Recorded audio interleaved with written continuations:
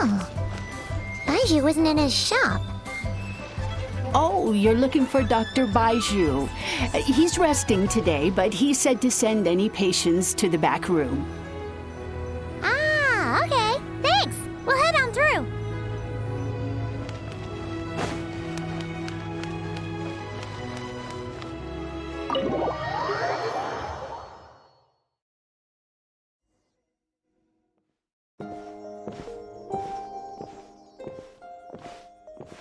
Traveler, Paimon, welcome. What can I do for you? It's the Traveler. She looks absolutely beat these days. She has these huge dark circles around her eyes, like she hasn't slept a wink. And she keeps spacing out. You have to call her name several times before she snaps out of it. What do you think it is? Is she sick?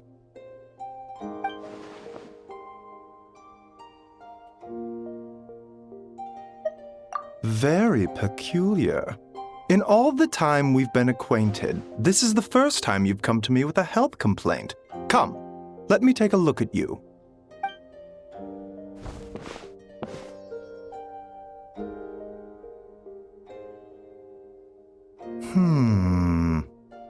Okay, Paimon does not like that expression, Baiju. It's not serious, is it? Complexion is good, eyes are clear, breathing is steady, pulse is strong. Physically, you appear to be in good condition, Traveler. In theory, your energy level should reflect that. You should be feeling right as rain. Hence my concern. A clean bill of health is usually a good thing, but in this case, it likely means your situation is more complicated. Physical illnesses come with detectable symptoms that can be used to diagnose, medicate, and cure the condition. But afflictions of a non-physical nature, they fall outside a doctor's realm of expertise. Huh? What do you mean, non-physical nature? Curses, dark magic, it's hard to say. It could just as easily be a simple case of mental fatigue. Why don't you rest here for a bit? Whatever it is we're dealing with, clues to your condition are sure to reveal themselves in time. Once we know the root cause, we can administer the right treatment.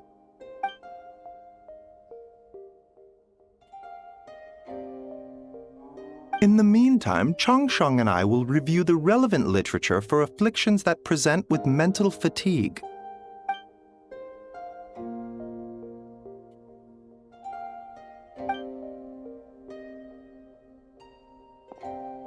Oh, must be a rare condition if not even Baiju and Changsheng have seen it before. Well, all we can do is take their advice. You look like you're about to collapse anyway. Just get some rest. Paimon will be right here by your side. Fingers crossed you'll be all better when you wake up.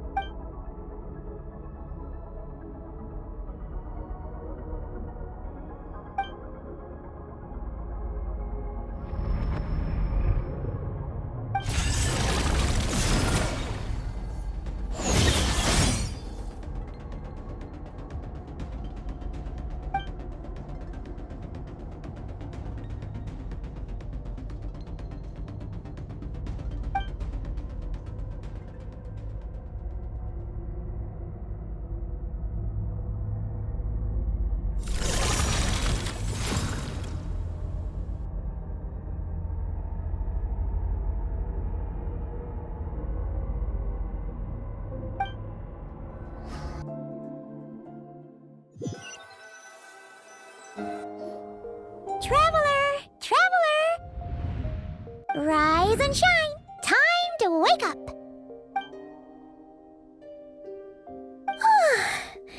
For once, you're making Paimon look like an early riser. It's already afternoon. Hopefully all that sleep did you some good. Feeling any better? A cut? What? Did you scratch yourself in your sleep? All right, let Paimon take a look.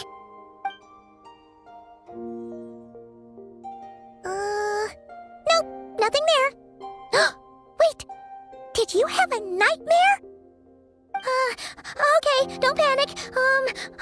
Paimon heard that dreams tell us what we need by showing us the opposite. So, if you had a nightmare, maybe all you need is something to cheer you up. Come on, Paimon will treat you to something yummy.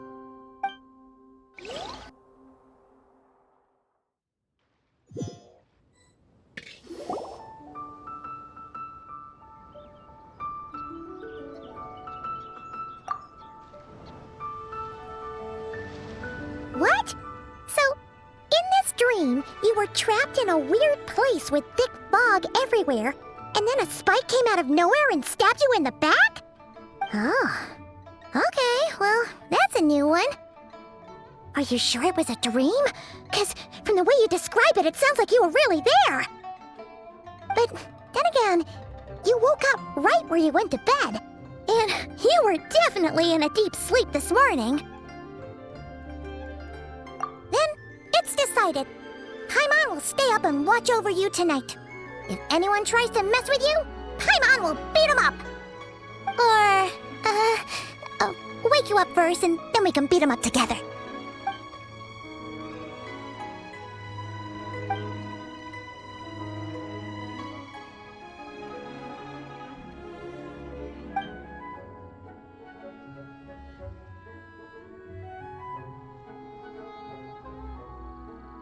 Something is missing. Did you just say something? The flesh remains whole, but the soul is incomplete. Left unresolved, the mind will wither away along with it. Ah! What the? Wait! Paimon remembers you! Your child's master! Skirk? Right! What are you doing here? The last time we saw you was at the Primordial Sea in Fontaine, right? But then we left and never learned where you went after that. Child's been looking everywhere for you, by the way. What brings you to Wanmean Restaurant of all places? You came here looking for us? And were you the one behind that hocus pocus just now? Tell me, what is it that you saw? Tight-lipped, huh? I suppose that's fair. You, I'll take a glass of wine. Oh, of course. Coming right up. We make this one in-house. It's not too strong. Enjoy. Chef Mao, I'll take a grilled tigerfish over here. Coming right up. If I knew we'd be this busy, I wouldn't have approved Shenhe's vacation. At the end of the day, what happens to you is of little consequence to me. I'm not here to try and win you over. Trust me or not, the choice is yours. If you want my help, now's the time to speak up. You have until I finish my drink. I was investigating an abyssal disturbance in the area and happened to notice you. Part of your soul is damaged, and the wound bears traces of abyssal corrosion. Need I say more? Neither of those things sound good.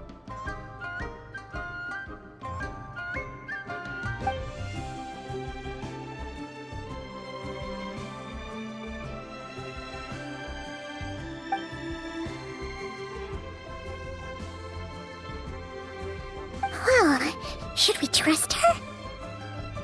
She mentioned an abyssal disturbance.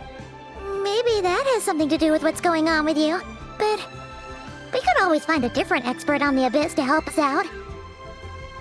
Yeah, and that thing she said about your soul being damaged is scaring Paimon. Definitely something we should fix sooner rather than later. Skirk's an interesting one, that's for sure. But from what Childs told us, She doesn't seem evil, at least. 1, 2, 7, 10. That'll do. Well, have you made up your mind?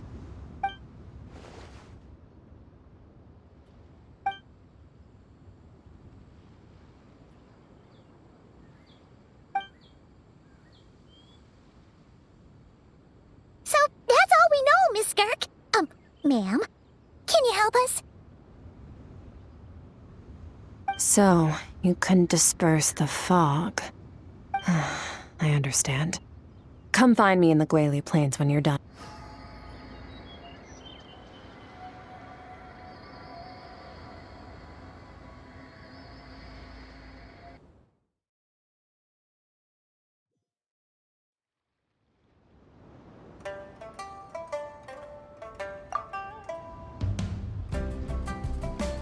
What? So, in this dream, you were trapped in a weird place with thick fog everywhere, and then a spike came out of nowhere and stabbed you in the back? Oh. Okay, well, that's a new one. Are you sure it was a dream? Because from the way you describe it, it sounds like you were really there. But then again, you woke up right where you went to bed. And you were definitely in a deep sleep this morning. Then, it's decided. Paimon will stay up and watch over you tonight.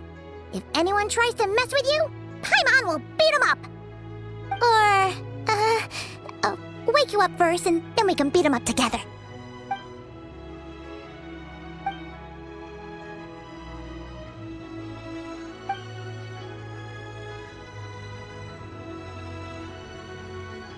Something is missing. Did you just say something? The flesh remains whole, but the soul is incomplete. Left unresolved, the mind will wither away along with it. Ah! What the? Wait! Paimon remembers you! Your child's master! Right! What are you doing here? The last time we saw you was at the Primordial Sea in Fontaine, right? But then we left and never learned where you went after that. Child's been looking everywhere for you, by the way. What brings you to Wanmean Restaurant of all places? You came here looking for us? And were you the one behind that hocus pocus just now? Tell me, what is it that you saw? Tight-lipped, huh? I suppose that's fair. You, I'll take a glass of wine. Oh, of course. Coming right up. We make this one in-house. It's not too strong. Enjoy. Chef Mao, I'll take a grilled tigerfish over here. Coming right up. If I knew we'd be this busy, I wouldn't have approved Shenhe's vacation. At the end of the day, what happens to you is of little consequence to me. I'm not here to try and win you over. Trust me or not, the choice is yours. If you want my help, now's the time to speak up. You have until I finish my drink. I was investigating an abyssal disturbance in the area and happened to notice you. Part of your soul is damaged, and the wound bears traces of abyssal corrosion. Need I say more? Neither of those things sound good.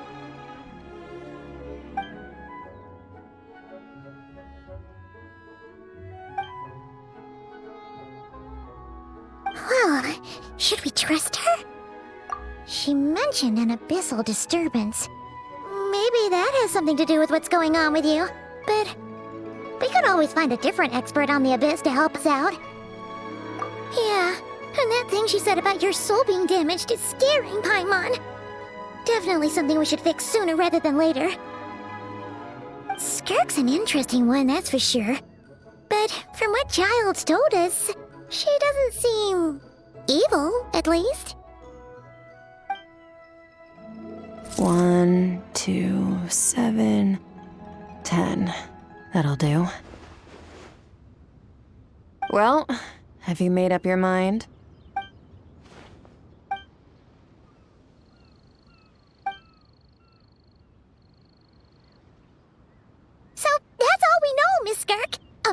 ma'am. Can you help us? So, you couldn't disperse the fog. I understand. Come find me in the Guili Plains when you're done here. Oh, and I left cash for the drink on the table. Settle the bill for me, will you? Oh, okay. Huh? She disappeared!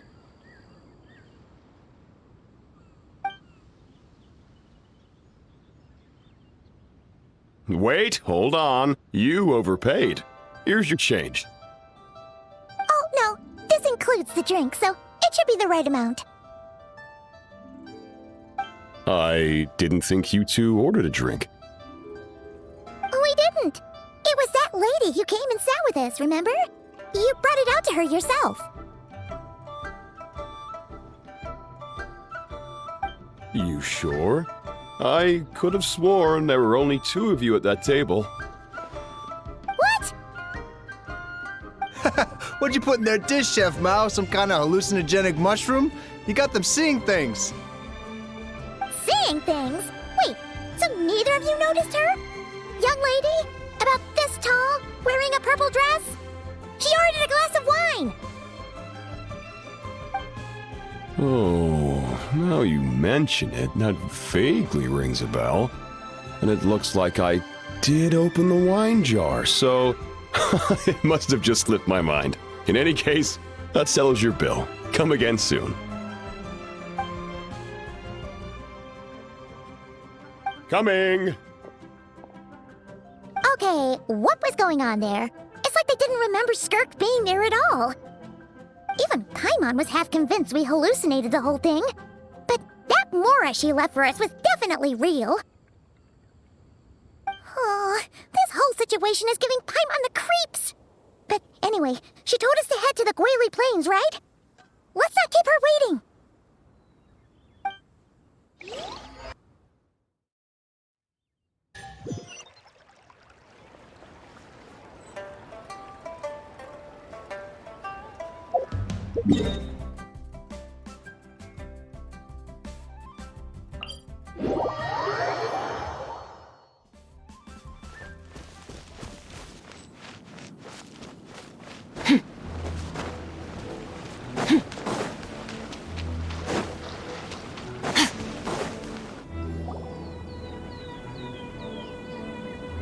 Whoa, what are all these rift hounds doing here?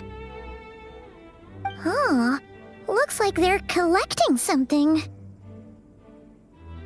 Oh, let's go check it out.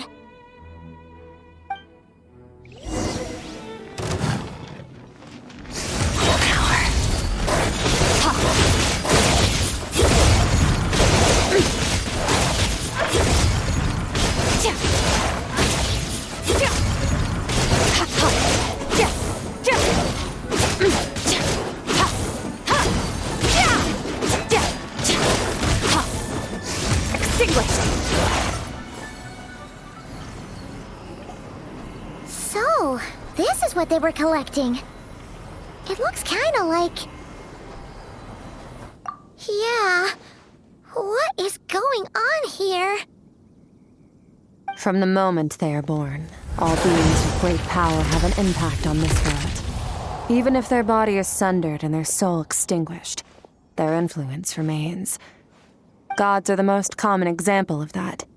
The remnants of gods who fell thousands of years ago remain buried deep within the earth, carrying within them a warped will and a dark curse. Together, these remnants form what you call god remains, and it appears that some of those sealed here were dug up and removed. There are traces left, but they're fading fast. What are you doing? Nothing! Just wanted to make sure you were, real?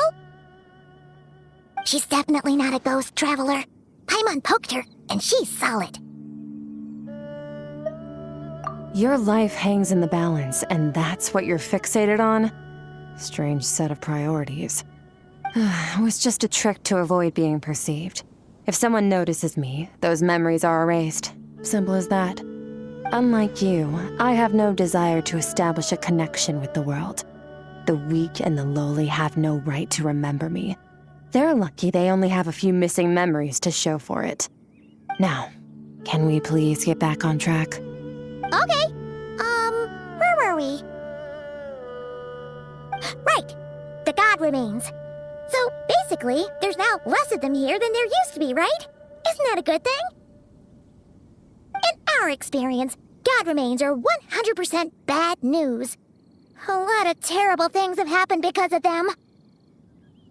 Maybe it's a good thing by human standards, but power doesn't come from nothing, and it doesn't just disappear for no reason. The remains aren't just gone. They were taken. Very clever, Traveler. You aren't the only one who had something taken from you. There are victims like you everywhere. The only difference being, you can speak, and the remains cannot, so it went unnoticed. Something similar happened in Sumeru. Within the span of one night, countless consecrated beasts were slaughtered, and a large amount of the god remains buried in the desert went missing. Of course, god remains are just one of the targets. The culprit is chipping away at sources of power all over this world, including the Stella Fortuna above. Wait, you mean... the stars? 42 of them have died out in the past few months alone. In Conria, people believed that powerful individuals have corresponding Stella Fortuna. Even should that individual fall, their Stella Fortuna would not disappear, but gradually evolve into a new constellation. Yet now, stars are disappearing from the skies entirely, and it's not hard to deduce what's happening to the power they contain. Something has been leeching power from this world like a parasite steals nutrients from a host.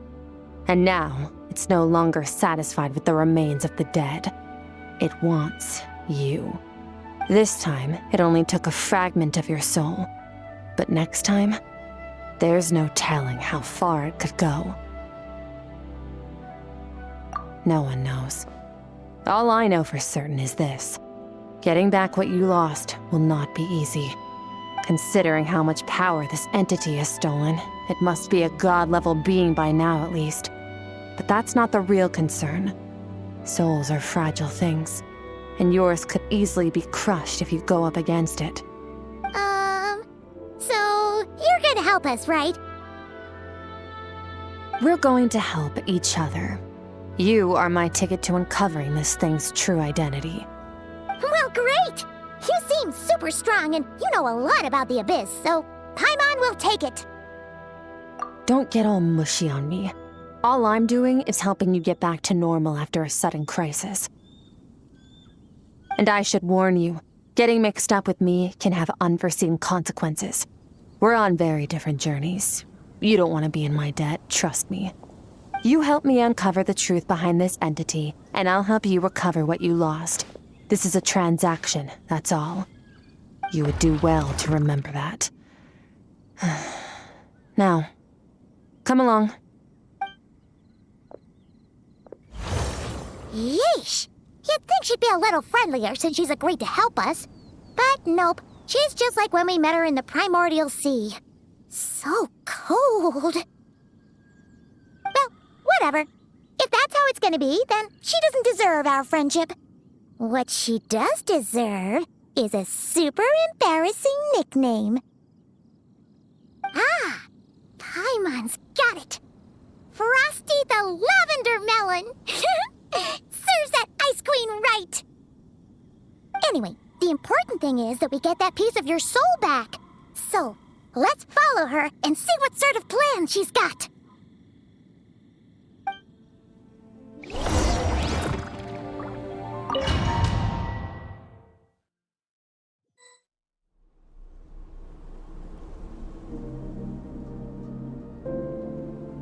Whoa! This place is way bigger than Paimon expected. Where are we? This is where I live.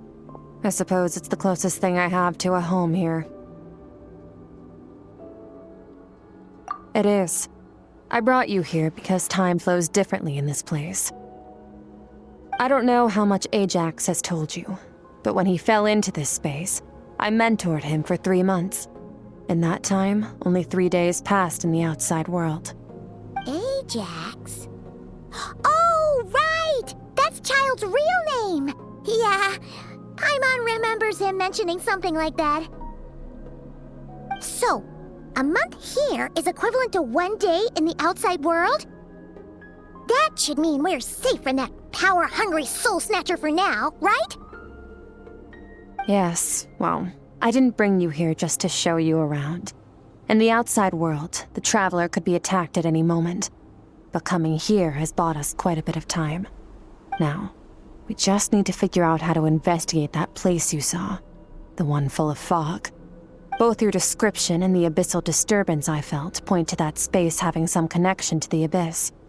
It could even be a domain similar to this one.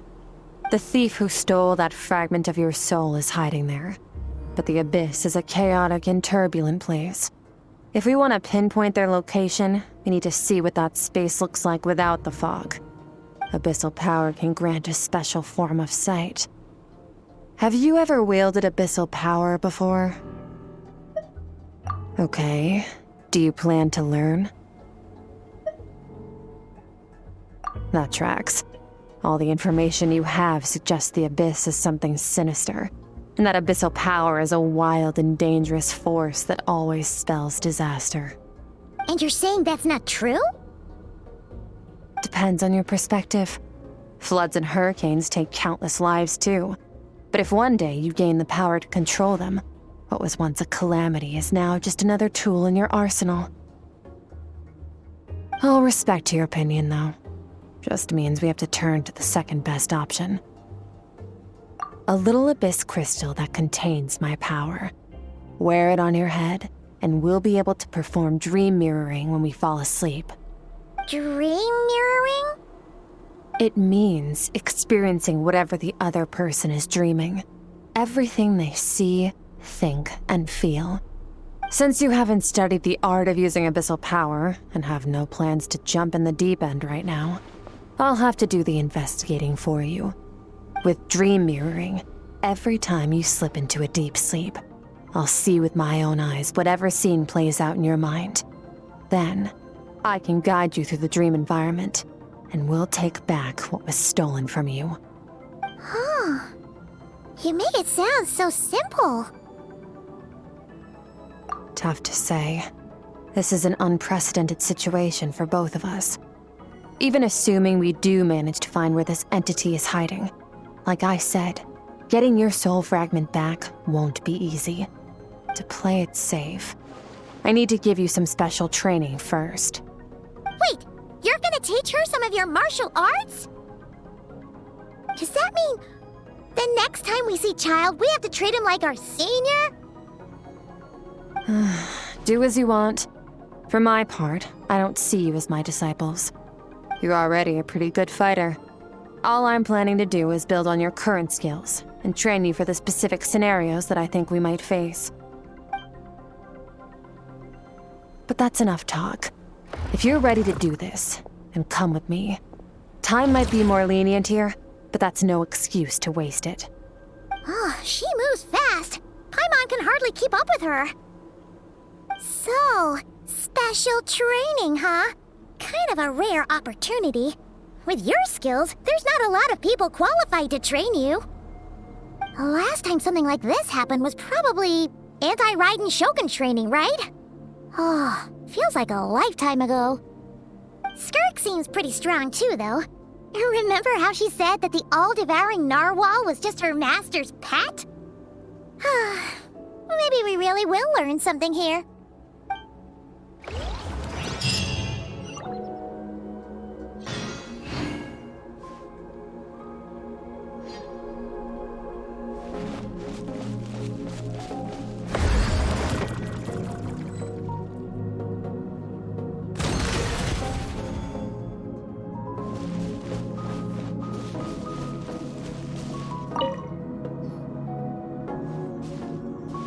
Ready?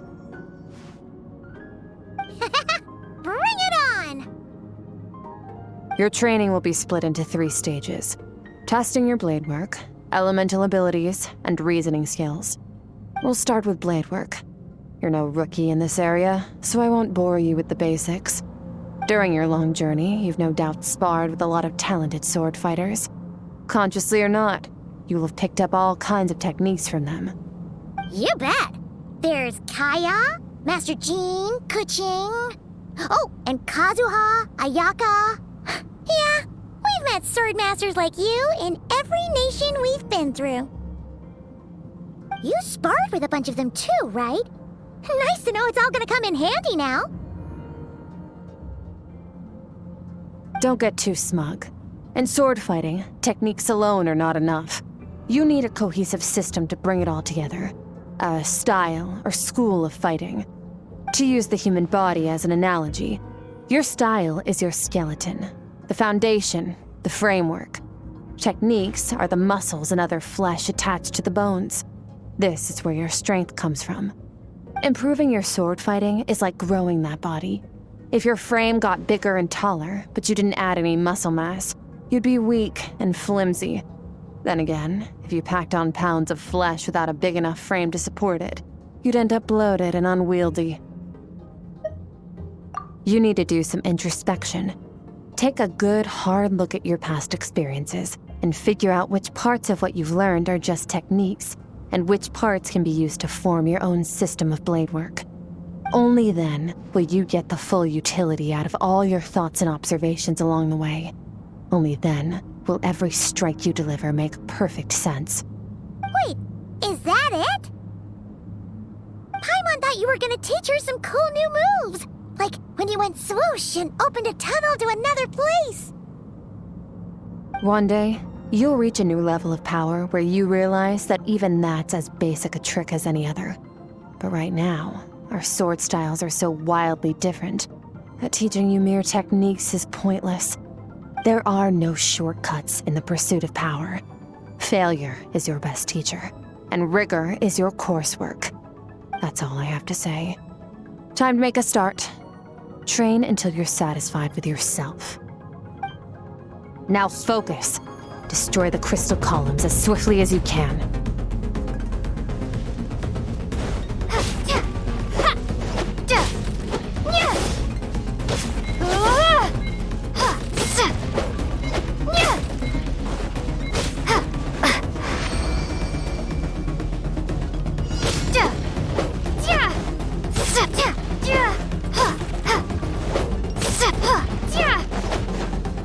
Spring forth!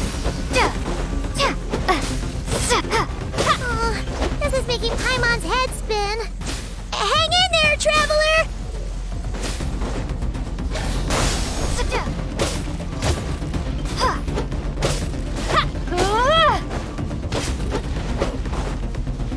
Propagate!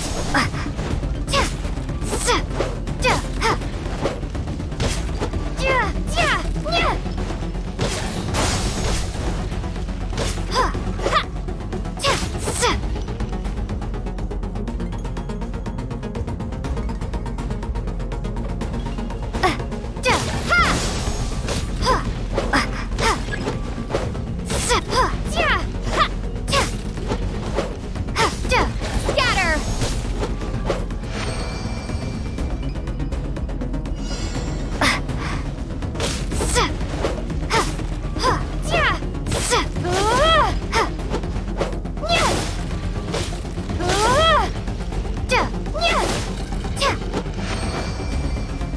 Stay calm.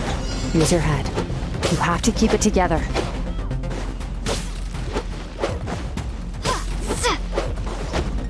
Propagate!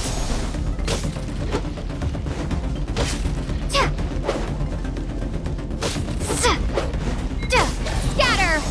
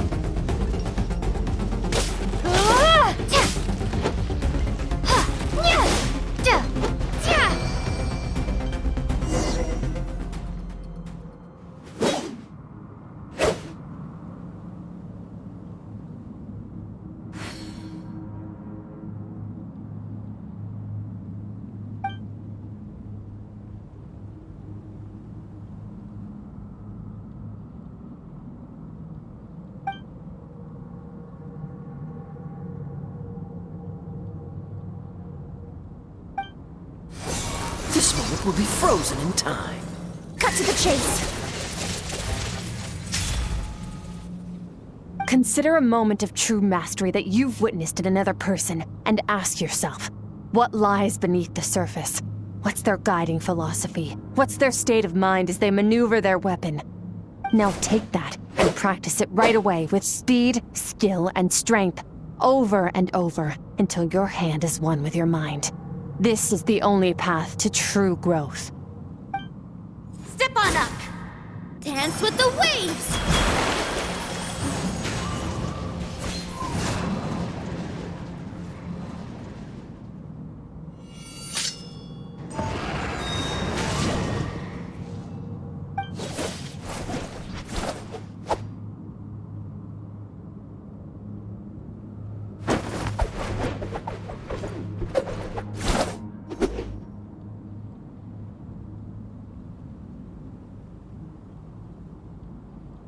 If you start to tire, empty your mind, but do not stop. Stay in that frame of mind as you keep up the fight. Get rid of all redundant movements. Imagine your sword is an extension of your own body. Wield it just as you wield your arms, hands, and fingers. 'Twas on a deserted, moonlit night that the hero approached the vile dragon's limpid lair. Rain Cutter! Feathers fleeting wet, the white heron treads water, a sight without flaw. Master of Inazuma Kamisato art Tachijutsu.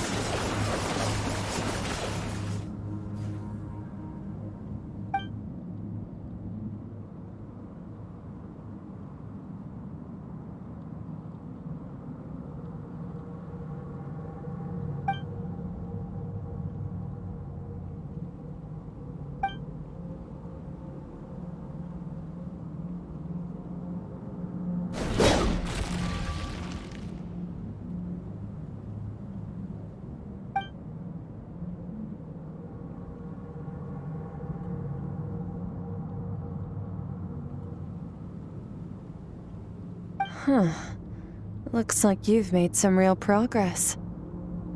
That concludes your training session. Awesome! Paimon knew you could do it! How do you feel? As you should be. Time flies when you're training hard. You've actually been going for several days now with no rest. Yeah, meanwhile Paimon's had a whole bunch of naps. But you were so focused, she didn't want to interrupt you. Go get some sleep. I'll be doing the same very soon. Let's hope you see that foggy place in your dream, so I can get this investigation over and done with.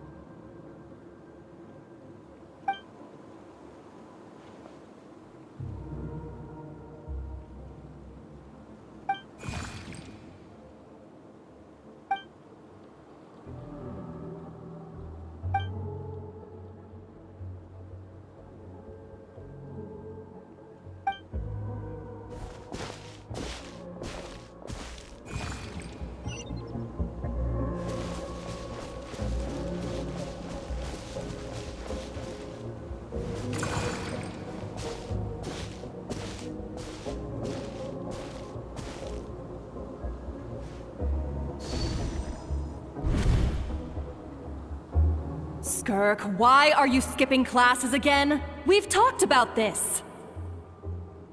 'Cause he's a crabby old man, and he's a boring old man. I don't like going to his classes.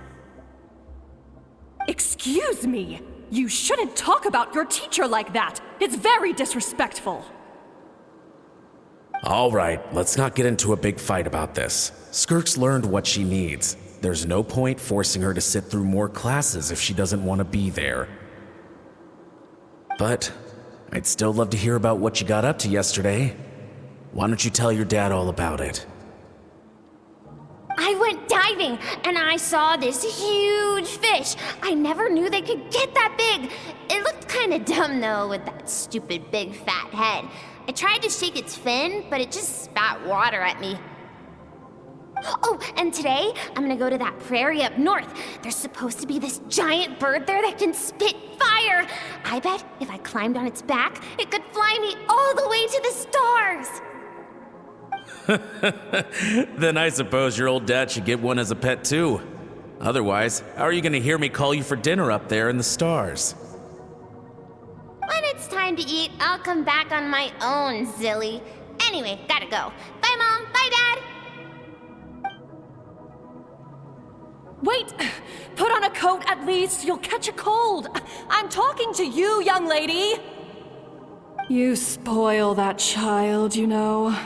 Ever since that merchant ship arrived, she practically lives outside.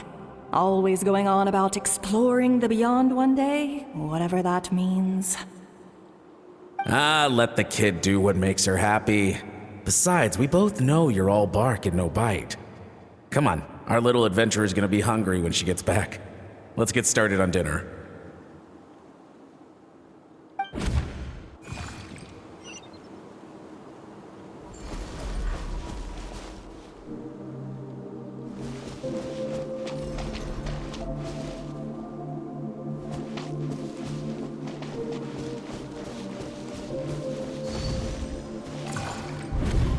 The stars shimmer high above. But what lies beyond the stars? Mountains as far as the eye can see? An endless snowy plain? Or maybe buildings taller than the sky, like the people from the merchant ship said? I can't be the only one asking these questions. The universe is fascinating. If only I could meet some other people like me. We could set sail together and explore every corner of the world. I'm sick of being a kid. There's so many amazing things out there, and I'm ready to see them all. But for now, I'm starving. Better get back.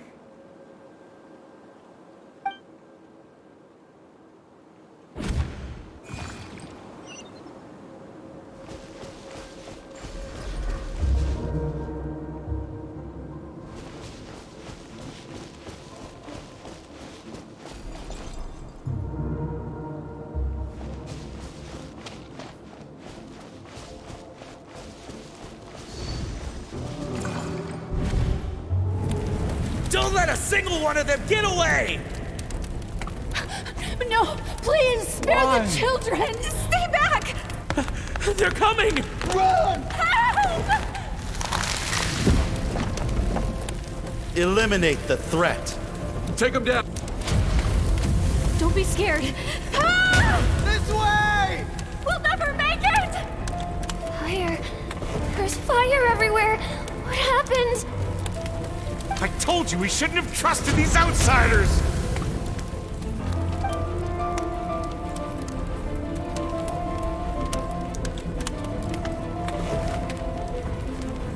Why are you doing this? What did we do to deserve this?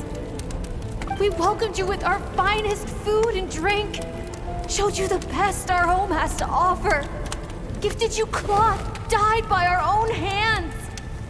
And this is how you treat us? Run! Save yourselves! Captain, Zone 3 is clear and we have Zone 2 surrounded. Begin extermination. Remember the orders from upper command. No one is to be left alive. Rest assured, sir. We have enough munitions to annihilate these savages and burn their entire civilization to the ground. Good. The only ones who put up a real fight are that man and his wife, correct? What's their status? We shot the man in the ankles and the wife broke her wrist attempting to fight back. They won't be doing much more fighting. They're holed up in their home for now, but they won't last long.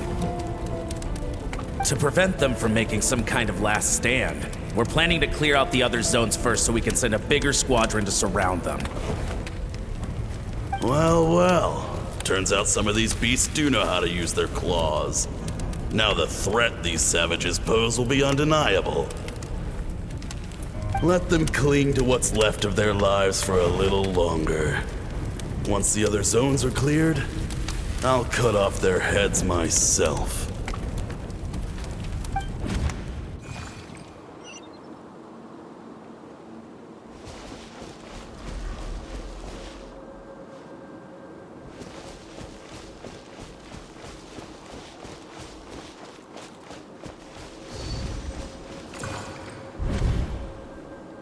Dad?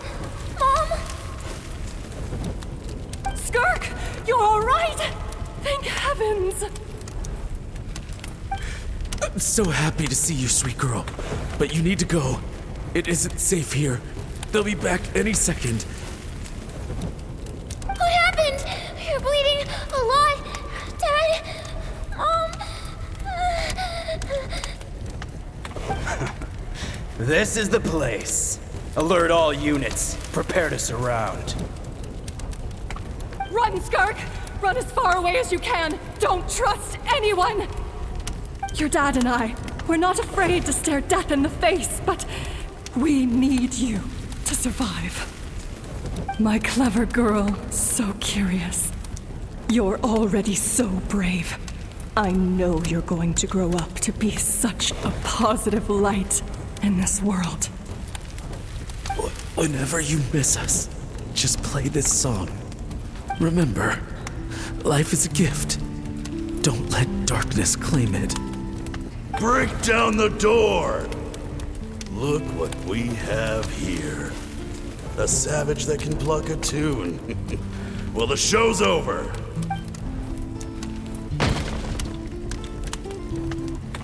You! Stop singing! Shut it! I said shut it or I'll make you! Fine. Have it your way!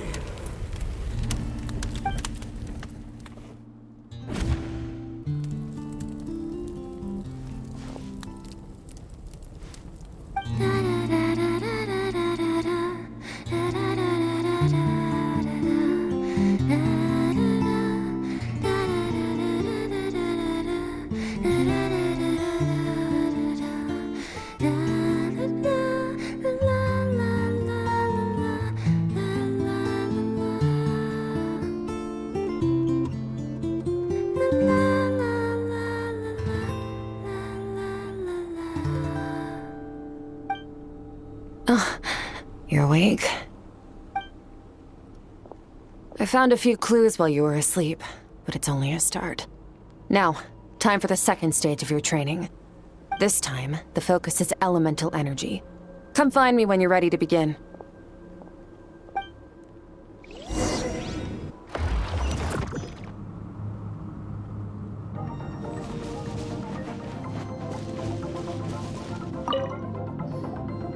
Man, staying in the abyss feels so surreal, don't you think? No day and no night. It's like time hardly exists. If we weren't careful to keep track, it feels like we'd have no idea how long we've even been here. Well, except for the fact that Paimon still gets hungry like clockwork. You go do your training. Paimon's gonna grab a bite.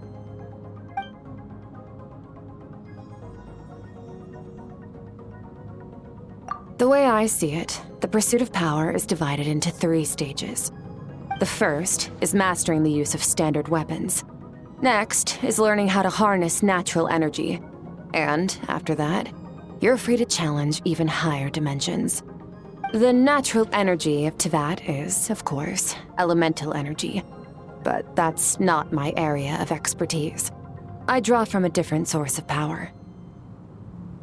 Abyssal power, yes. Also known as the power of the Void Realm. My master, Sertologi, is a true expert in that area.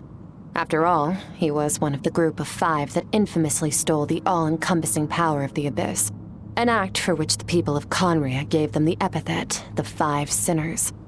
The elemental energy of...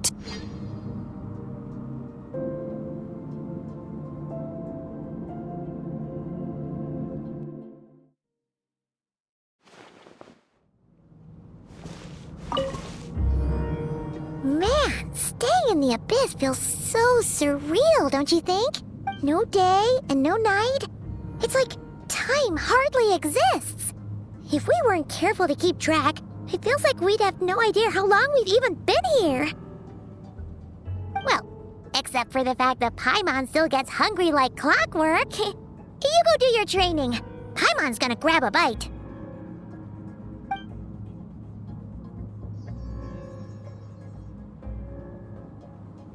The way I see it, the pursuit of power is divided into 3 stages.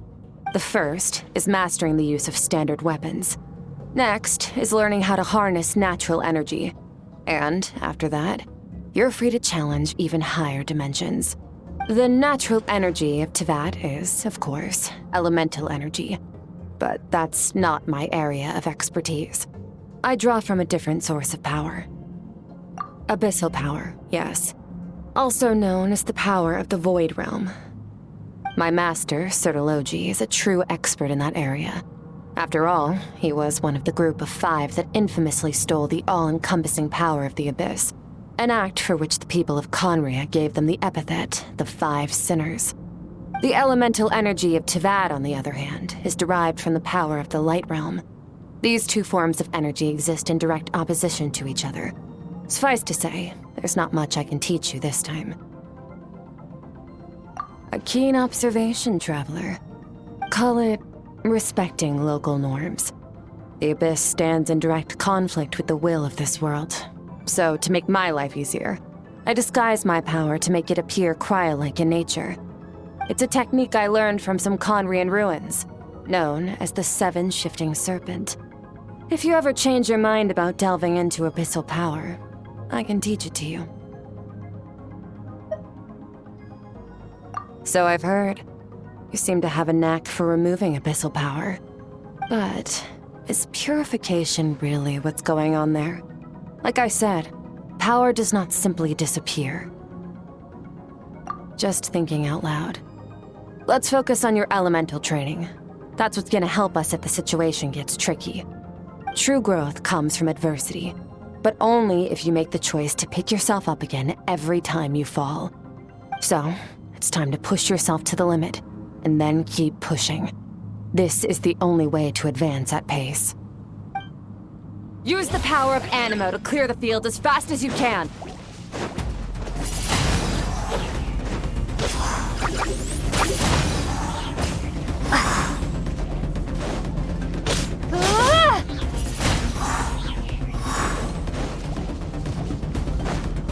Windblade! Be gone!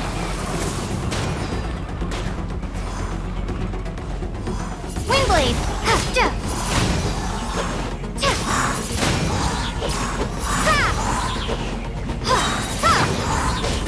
Windblade!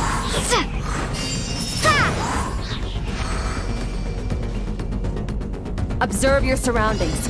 Look for things you can use to tilt the scales of success in your favor.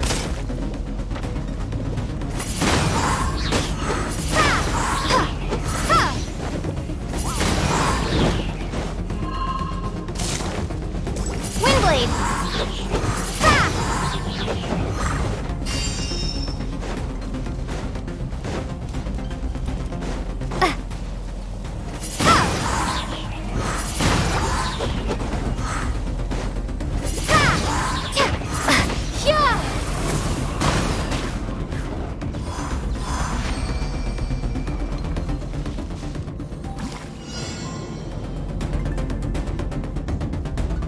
Use the power of Hydro to destroy the spikes.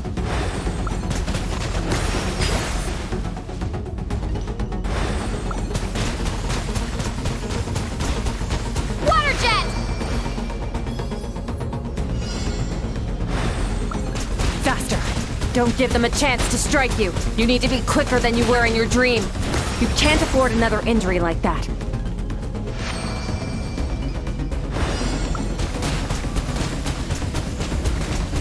Water jet!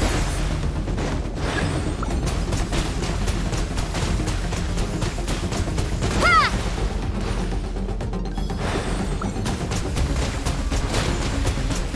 Ha!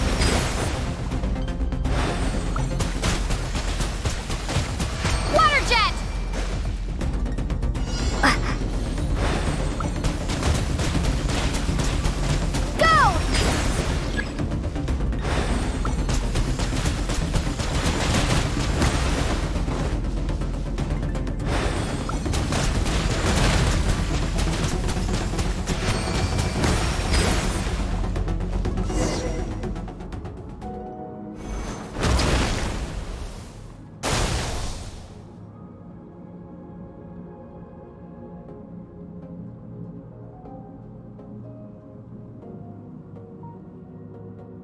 You need to understand what makes you special. The ability to wield elemental energy without a vision and switch between the elements at will. It means your aspirations need no approval from the gods. Your power is not bound by the rules of this world. So be bold. Do not be afraid to chart your own path.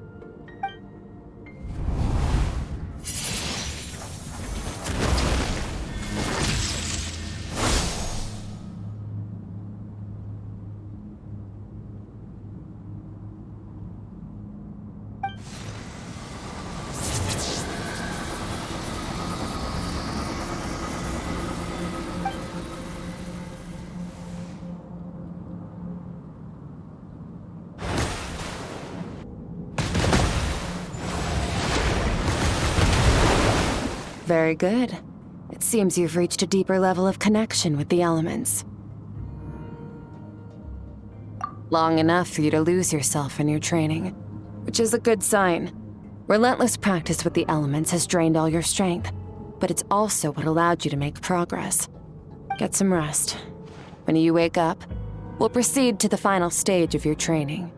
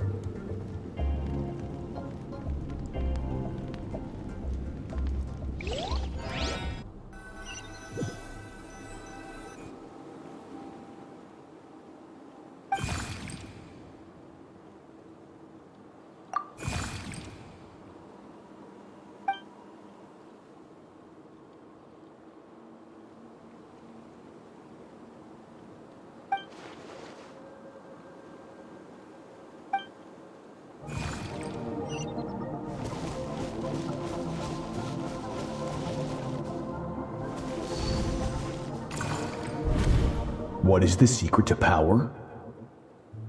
Longing, hatred, self-preservation. No, it is fear.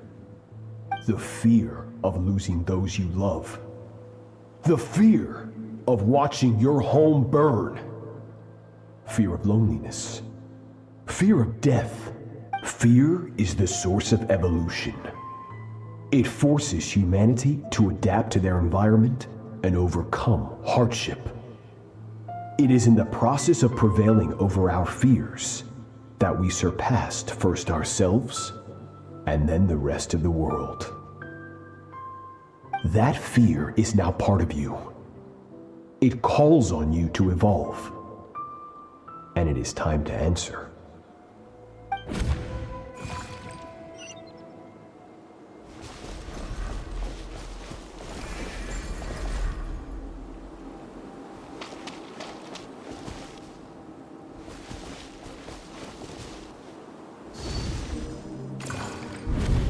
Any minute spent missing home is a minute wasted. practice your sword work instead. Do not make me tell you twice.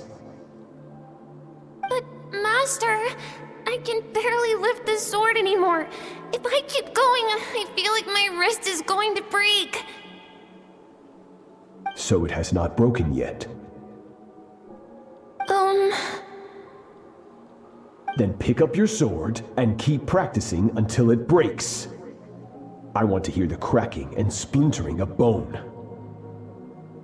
After all, bones can always be reset.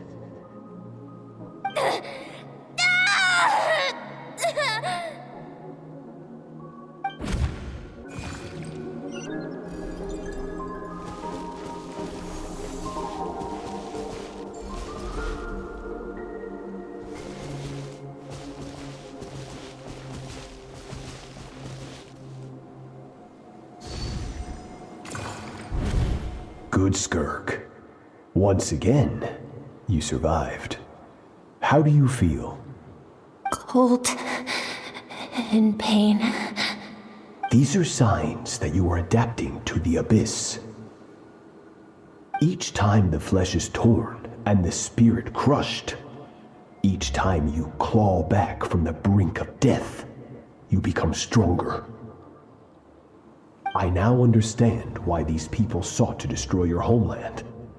Your potential goes beyond even what I could have anticipated.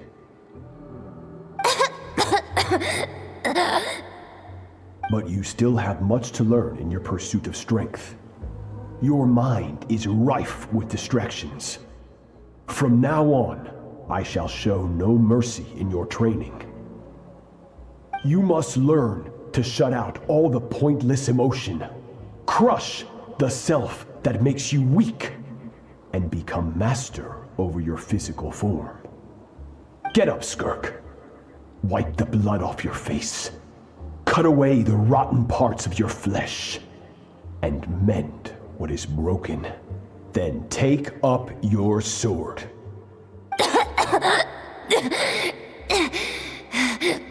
Yes, Master.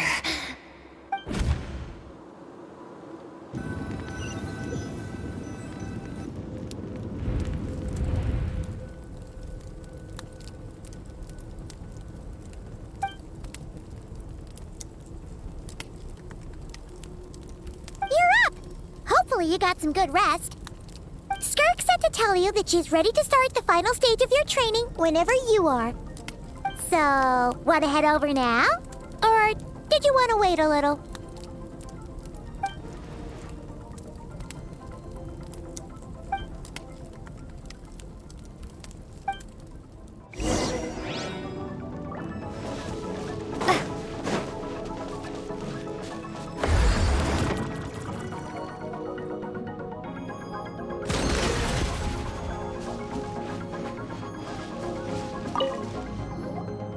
From your training so far, you have gained better command of the sword, and more control over your elemental abilities.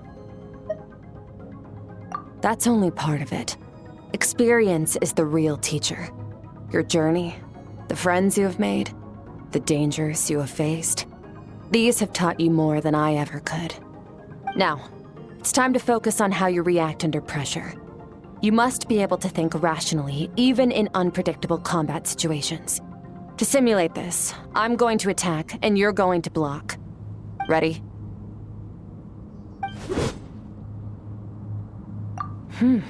Not bad. That defensive stance looks near unbreakable. Just like your brother. Oh, that reminds me. You still don't know what happened to him, do you?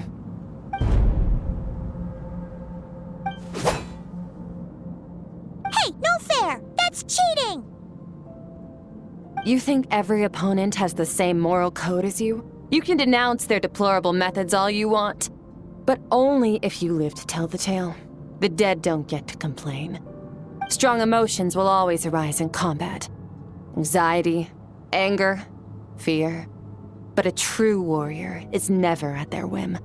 Only when you are free from the influence of emotion can you make the right choice, no matter the situation. How amusing. Almost sounds like you think you know me. But you don't. You can choose your own path. We are not the same. Let's begin. Try to use reason over emotion. Make the most rational and advantageous decision in any given moment. This is your final training session. Look alive. Same drill as before, but this time I'm going to interfere. Hold your focus.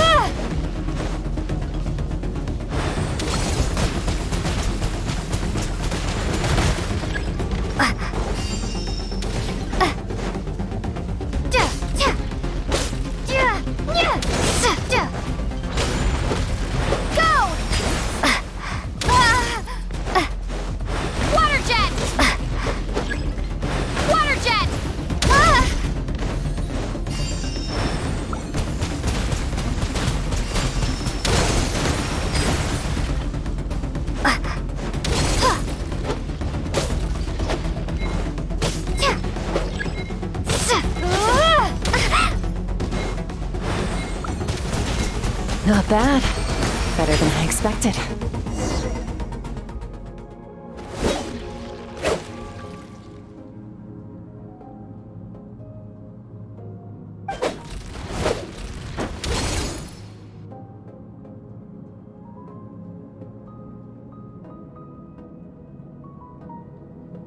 You're getting the hang of it. The first step to controlling your emotions is controlling your mind. You want a unified train of thought. It all comes down to focus.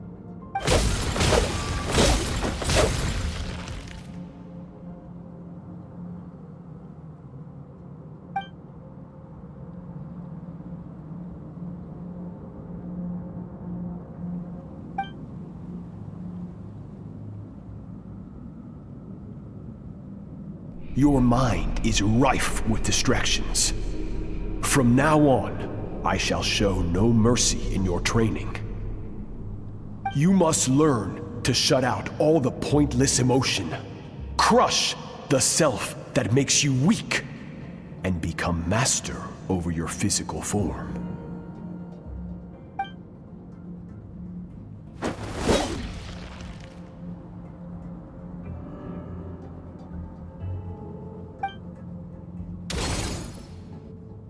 Stop. Let's pause here. One look, and I can tell your mind has wandered. That's to be expected. There's a limit to how long a human being can concentrate on one thing. Staying calm and focused sounds simple in theory, but in practice, it's more demanding than sword work or elemental abilities.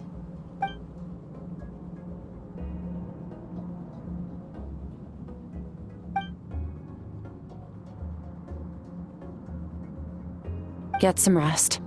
No point training further if you're already dead on your feet. Like I said at the beginning, the only goal of this training is for you to reach a point that you're satisfied with. You managed to push past your limits, which is a good start. You can be proud of that and sleep well knowing that you've earned it.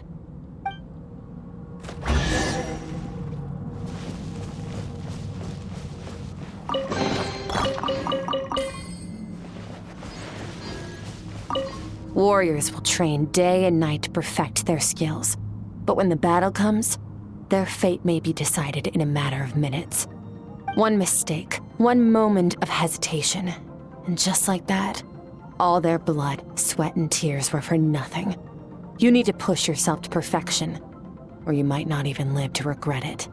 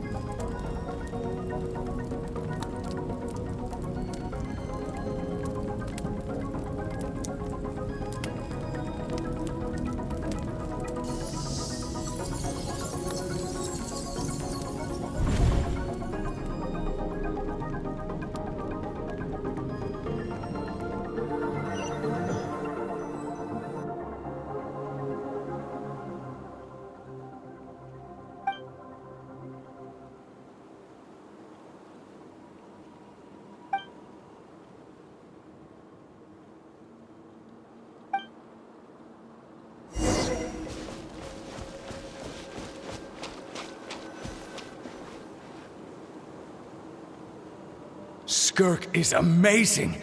She faced down that terrifying giant and cut its head clean off. Oh, she got hurt though, didn't she? I heard it was pretty bad. Yeah, well, that's a given. But the moment she was on the mend, she got right back to practicing her sword work. I heard Master suffered a grave injury once too. Lost an arm and a leg and still came back stronger than ever. Skirk's becoming more like him by the day. Incredible. I wonder if I'll ever reach their level. They're always so resolute, so unshakable.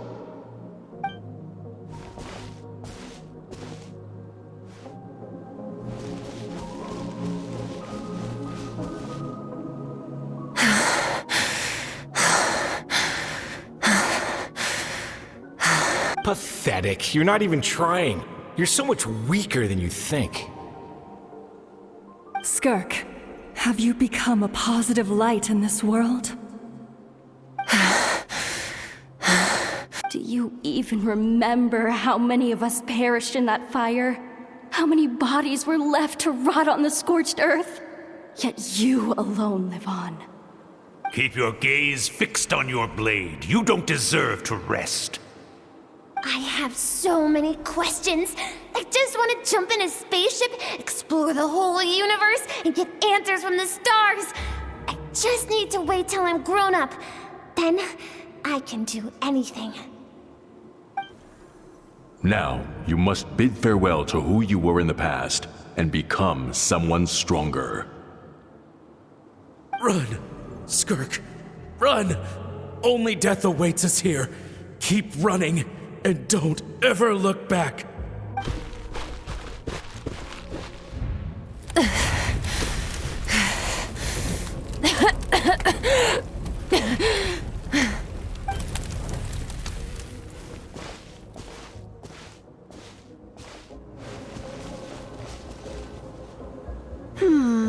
Let's see here. First things first, you need a new identity. Going around telling people you're from somewhere beyond the stars won't do, now will it? How about saying you hail from beneath the earth instead? As the Conrian saying goes, venturing out into the universe and down into the abyss are the same in that both are braving the dark unknown. Well, I'm a visitor on this planet, so I'll follow the rules. Ah, splendid. That saves me quite a bit of trouble. Let me offer you a piece of advice in return, although it might not be what you want to hear. I know the pursuit of strength is important to you, but taking a moment for yourself every once in a while is never a bad idea. Ignore her existence for too long, and there will come a day when you can no longer hear her voice.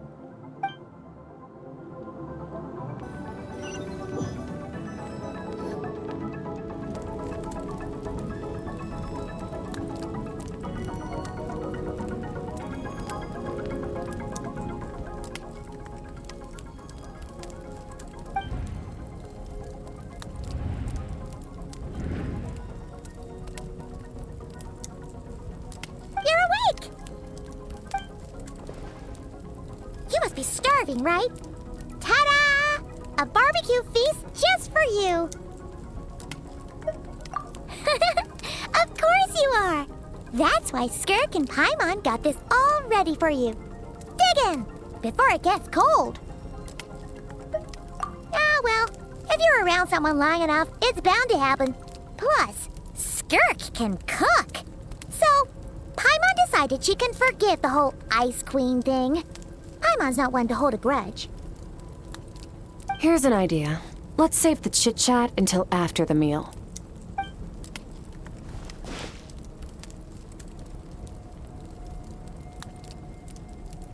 Ugh, so full. Okay, it's Paimon's turn to sleep now. Wake her up when it's time to go.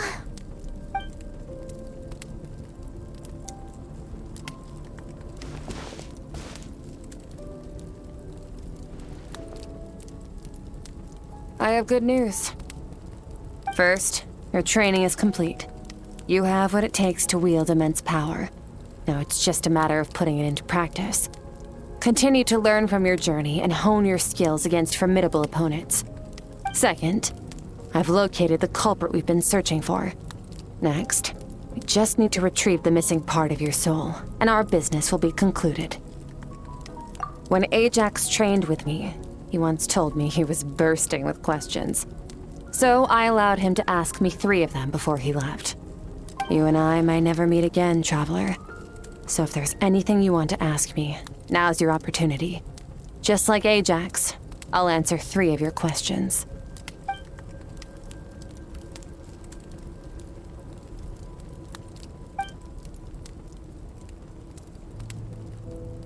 Okay, not the angle I was expecting. What makes you ask that?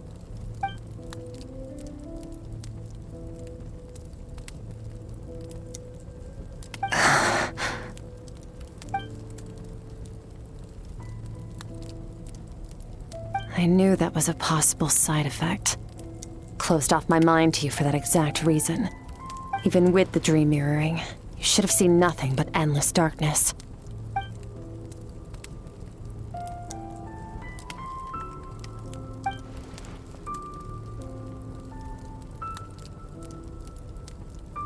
Whatever. Must have been a flaw in my execution. I shouldn't be too surprised. Due to some recent circumstances, my self-control has been lacking as of late. Since you've seen what you've seen, there's no reason to hide the truth.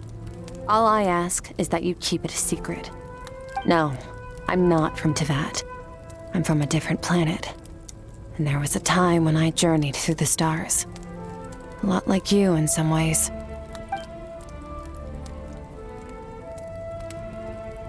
No, we're different in that respect. You're influencing the fate of this world. But me, I'm just passing through. Several hundred years ago, my master, Sertologi, opened the border between worlds and sent me here. But this is not my home. And one day, I'll return to the vast unknown of space. So, there you have it. On to your second question.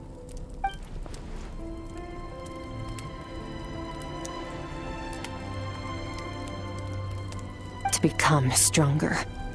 For certain reasons, I need to bridge the power gap between me and my master as quickly as possible. But first, I need to understand the source of his strength. To do that, I need to follow in his footsteps, walk the path he once walked. And somewhere along the way, I'll find out how to defeat him. That is my sole focus and purpose. Okay. You have one question remaining.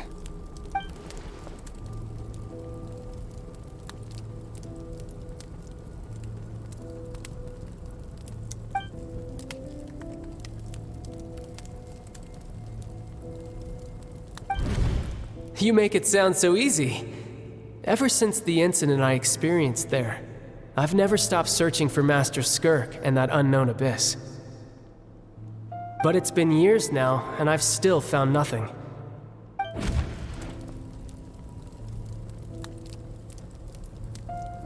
Well, your last question?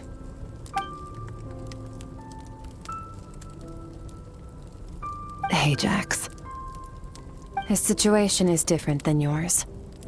Before you ever crossed paths with me, you'd already encountered many formidable people, studied their techniques, and developed your own skill set. So, during your training, all I had to do was build upon that foundation. But Ajax was so young when he came to me. A complete blank canvas. Children can't help but imitate their role models. In the long run, that would only hinder his growth. Once Ajax has enough strength in his own right, I will allow us to meet again. Until then, let that motivate him to reach his full potential.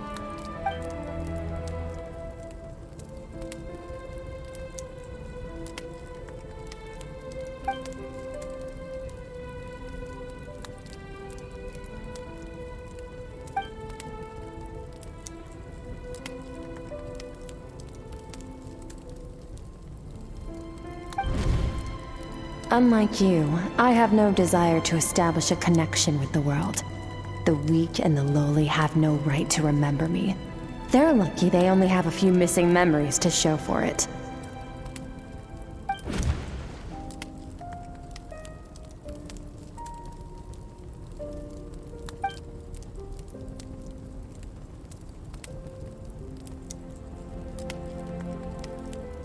Wake up your companion. It's time to go. Oh, and everything I just told you. Best keep it a secret from her as well.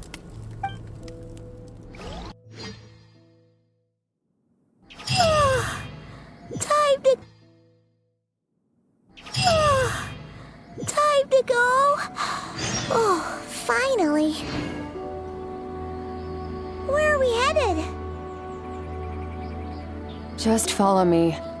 I'll open an abyssal rift close to the culprit's location. It will take us to where he's hiding.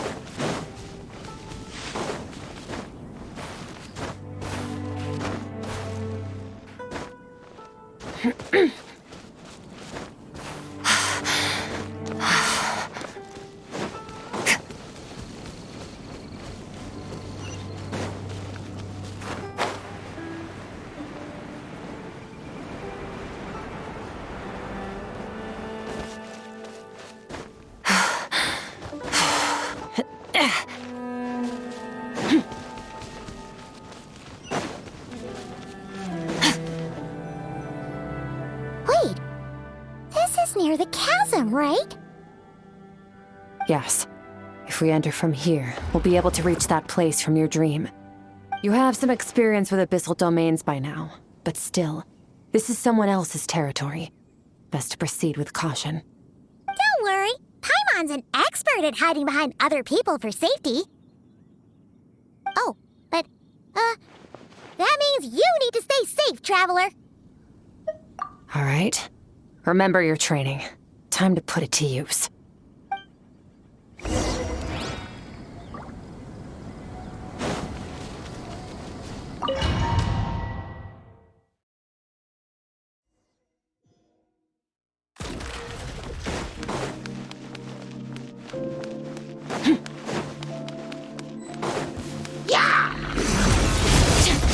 Mine to wield.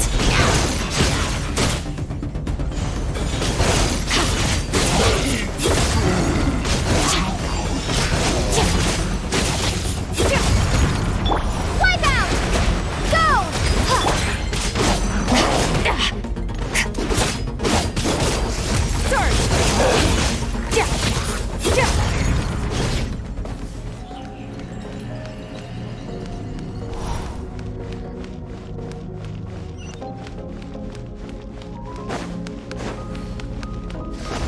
Whoa! Look at all these spikes! Careful! Don't get hit! You know what? Paimon's just gonna float behind you. Come on, you got this!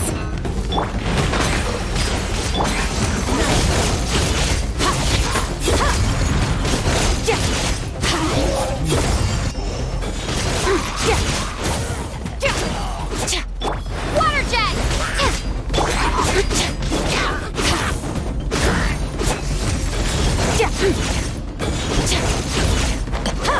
Hey, what are you two doing here?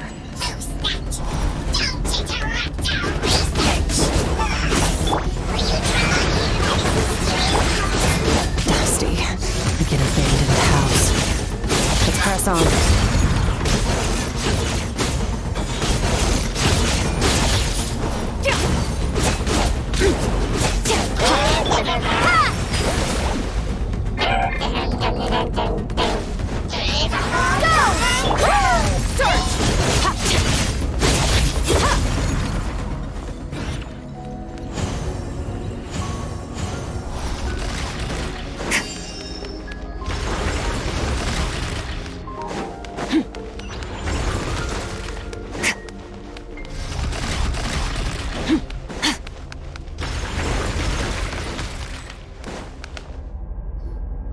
Oh, looks like this is a dead end. Did we make it to his hiding place? Ugh, this fog is making it impossible to see anything! This should be the place where you were attacked, traveler. The missing part of your soul should be nearby. Can you sense where it is?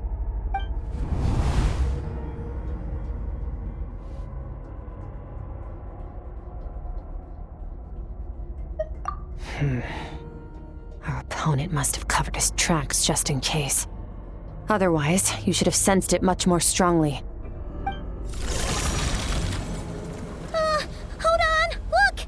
The spikes are back! Stay calm. Let's hold back a little.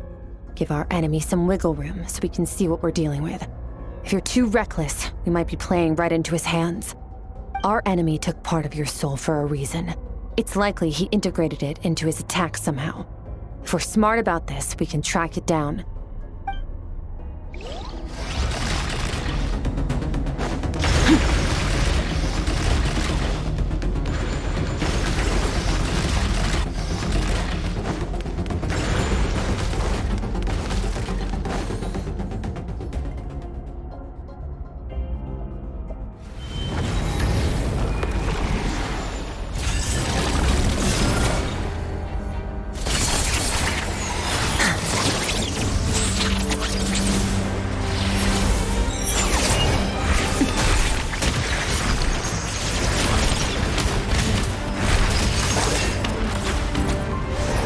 From the start, the attacks have been focused on me. Trying to break through my defenses? I see.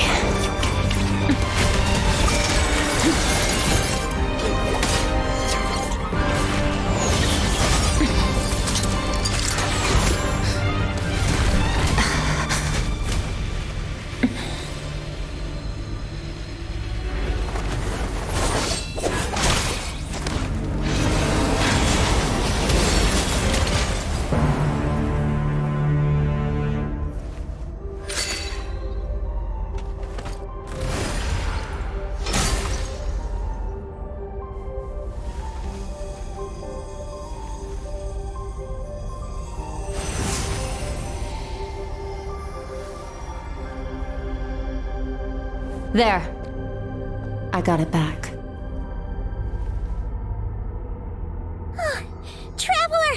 Skirk! What happened?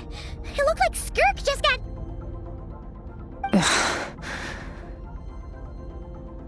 In the Guili Plains, you asked me why this enemy chose you as his target. Now, the answer is clear. It's not just the fact that your strength is impressive. It's also because of your ability to, as you put it, purify abyssal power. Whatever that actually means. The fact is, that ability allowed him to do something that should have been completely impossible. Namely, break through my defenses and steal my power. No, he couldn't have known I'd come to his domain. He only stole your soul fragment because he knew the value of its power. I doubt he expected it to come in handy so soon. Call it fate, if you want. I believe that's the term they use in this world for arbitrary coincidences like this. In any case, it works to our advantage. Once I realized what he was using that power for, it gave me the chance to get back what you lost. I'll cope. Well, done gorging? Good. Time to answer some questions. How did you get the power of the all-devouring narwhal? The all-devouring narwhal? Oh, of course! Paimon knew that spike thing looked familiar. It looks just like that narwhal's horn! I highly doubt you acquired that power through your own strength. Tell me I'm wrong. You're desperate enough to scour the land for god remains and whatever vestiges of power you can find. That alone proves you wouldn't be able to defeat a creature like that. Which leaves one possibility. You know my master, the Foul, Sertologi. The Foul? Who dares call him Foul? Sertologi.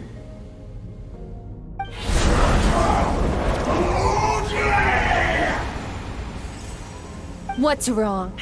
Bit off more power than you can chew? You're struggling to hold a basic conversation. Just a little longer. I'm still... Look! It's back! Those obsessed with power will let it devour them before abandoning their pursuit. Keep calm and use reason to decide the best course of action.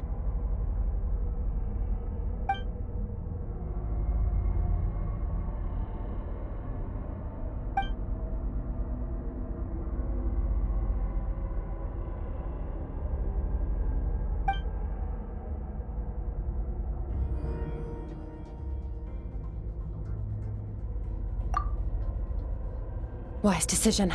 Final victory doesn't always come after a single battle. You've got your soul fragment back, so we both got what we came for. Let the enemy draw breath while he can. It won't be for long. Get us out of here, Traveler. You'll need to lead the way this time.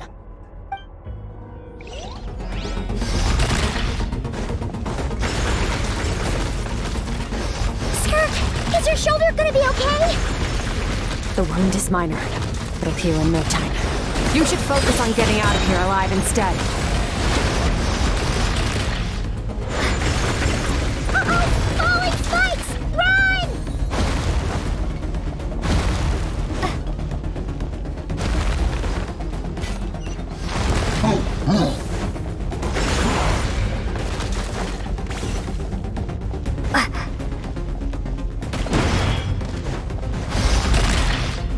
Watch out! Looks like this place is about to collapse!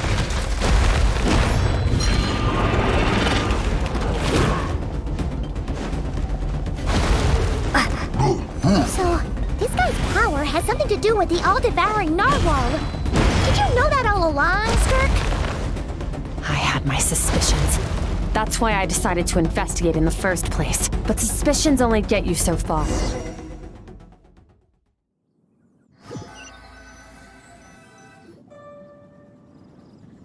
Phew. Oh, we should be safe here, right? I no longer sense his presence. Can't have followed us out of that abyssal domain. Weaklings like him will find that my power is not so easily controlled. He won't be leaving that place until he's managed to digest it. You seem surprised. I suppose that's fair. You've seen but a fraction of what that whale is capable of. That gaping maw could swallow a planet whole. It's called the all-devouring narwhal for a reason. Devouring is what it does best. It can extract power from anything, dead or alive, as long as it manages to make physical contact. Yeah. When we had our run-in with that thing, Neverlet mentioned that it has an instinct to devour. Your dragon friend recognized the nature of its abilities and used the power of Hydro to protect you. That worked because it was in a satiated state, so it was somewhat less aggressive than usual. It's a different story when it has no more power to feed off of. That's when its true voracious nature kicks in. It could devour everything on the planet in that state, which is why I cast it into that void space. But I hadn't counted on there being anyone left on this planet capable of wielding its power. To me, that says he must have encountered the whale a long time ago. Meaning, he must have known my master. Exactly. It told me everything I needed to know. Hence why I said we both got what we came for. And I believe that brings our transaction to an end. Now that you're whole again, you can get back to your own journey. I'll handle the rest of this situation myself. No way! We can't leave now! Something was stolen from you because of us! We have to help you get it back! This isn't my first taste of failure or losing power. When you fall, you get back up again and become stronger. That's how it is. But what if that monster finds you before you're all better? Plus, how are you gonna get home? It's not like you can just go swoosh and open a door to the abyss again. Not without your full strength. So, sticking with us for the time being doesn't sound so bad, does it?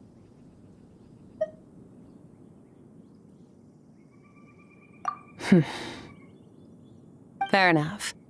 Then take this. What is it? A bag of Mora. Nothing in this world is free. I know that much. I'll leave the planning to you. Hurry up and decide where to go. We shouldn't linger. We should take Skirk somewhere she can rest. But where? Paimon gets the feeling Skirk wouldn't like being around a lot of people. Oh wait! Baizhu said we could rest in the back room of the pharmacy, didn't he? Let's head there!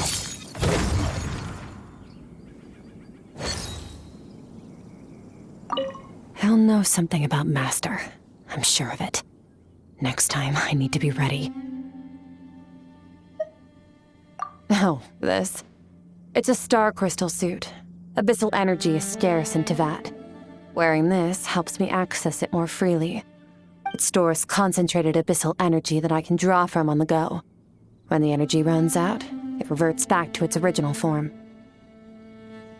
Fine. It was just a scratch. It'll take time to recover my strength, of course. But adapting to situations like this is nothing new for me. Found somewhere to rest. Well, lead the way then.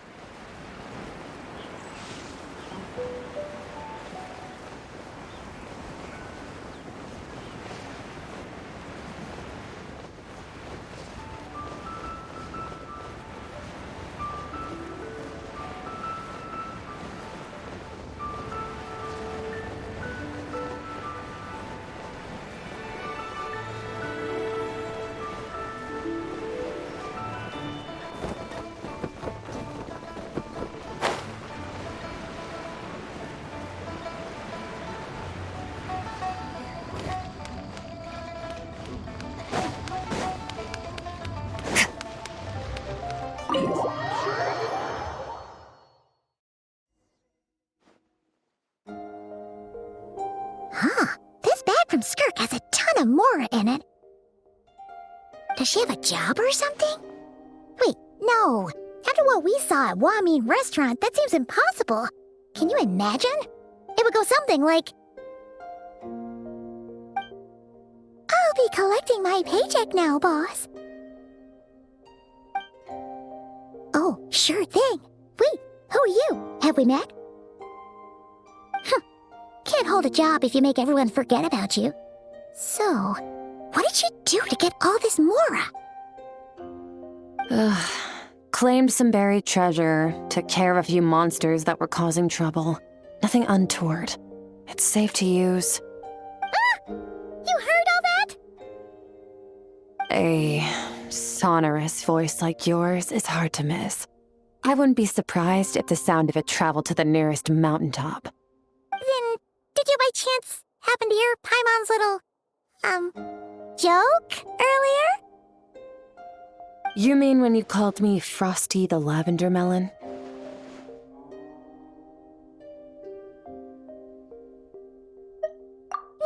No, sorry. Paimon totally misspoke just now. She didn't say that at all. It was, a Paimon lookalike. Yeah, she's a piece of work, that one. Always impersonating Paimon and giving people weird nicknames. Okay, fine. The truth is, Paimon didn't like you all that much at the start. But things are different now. You helped the Traveler in a big way, so... What do you say? Friends? Ugh. I noticed there was only one bed. Go ahead and get some rest. Wait, what about you? I don't get tired, and I don't need rest. I'm going to practice my sword work. That should help me regain some strength. But your shoulder... Hey, don't just leave! Whatever. Let her tire herself out. She'll come back eventually. Let's get some sleep, Traveler. That comfy bed is calling, Paimon.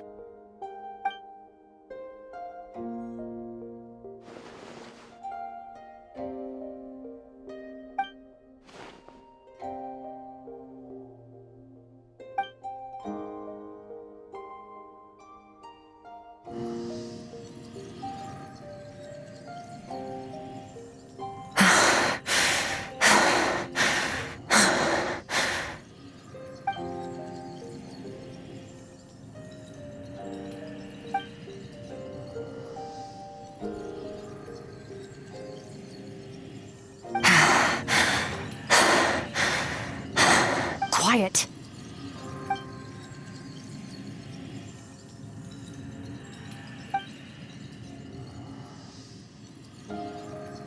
Do you even remember how many of us perished in that fire?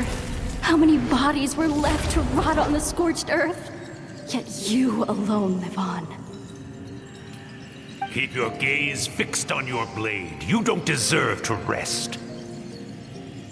Run, Skirk. Run! Only death awaits us here. Keep running, and don't ever look back.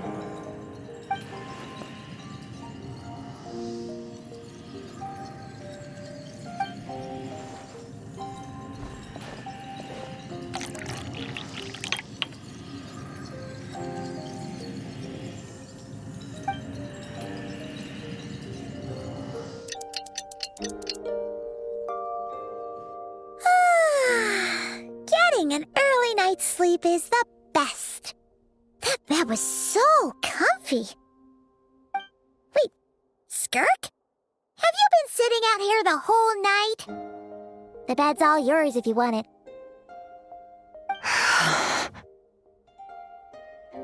About 60%. Maybe 70. Whew! Paimon thought it would take at least a couple of days. That was fast.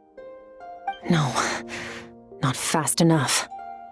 That's 20% less than last time. Same training regimen, same intensity.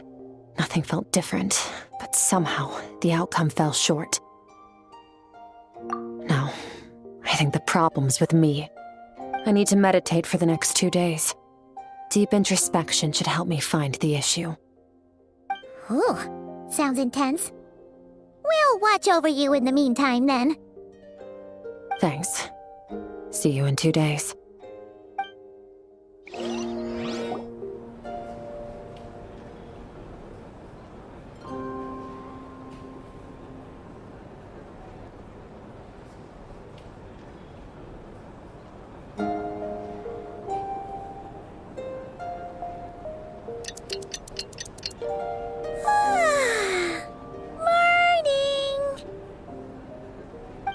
Still meditating, huh? It's been 2 days already. Shouldn't you be awake by now? Paimon can't think of anything we can do to help. Oh, wait! Breakfast! That's it! Paimon will go get breakfast! Skirk is gonna be starving when she wakes up. Be right back.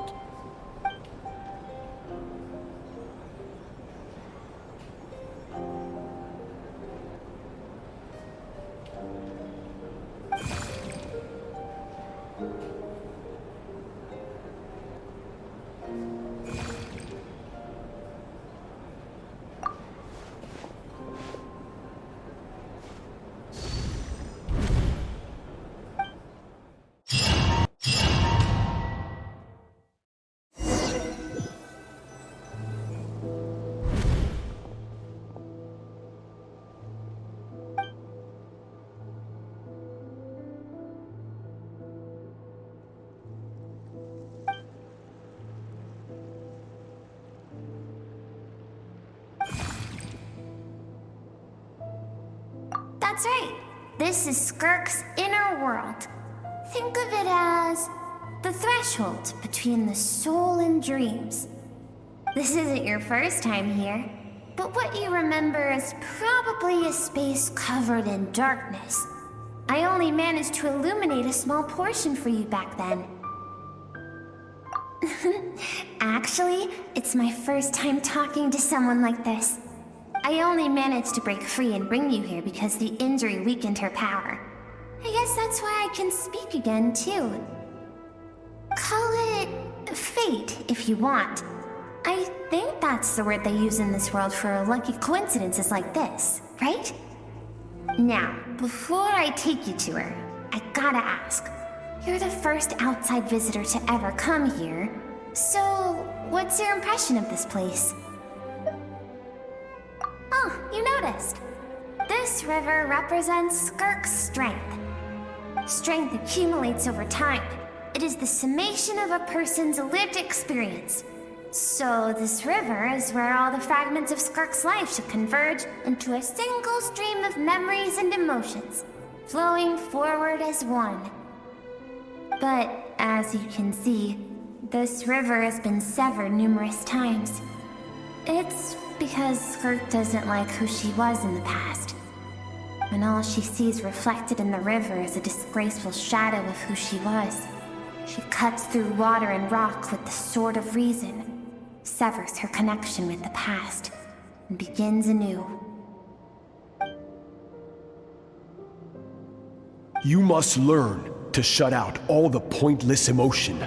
Crush the self that makes you weak, and become master over your physical form. This isn't my first taste of failure or losing power. When you fall, you get back up again and become stronger. That's how it is.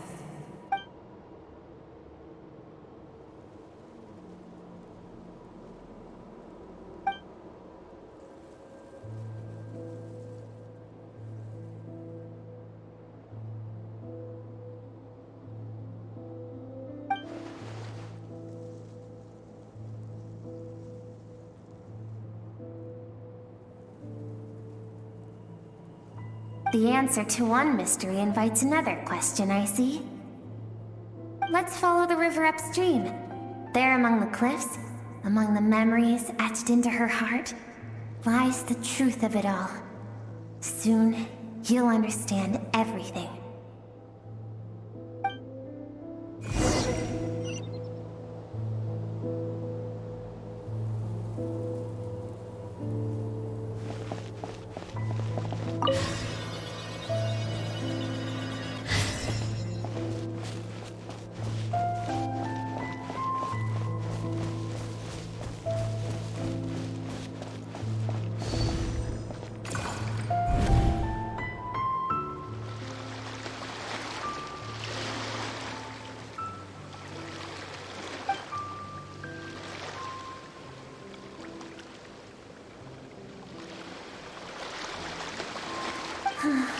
I've always thought that, even when falling leaves don't come from the same tree, they can still form bonds of kinship when they meet.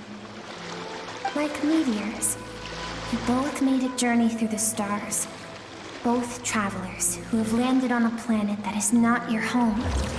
Yet, when she first noticed your presence, although she hesitated for a moment, she still chose to walk away, indifferent as ever.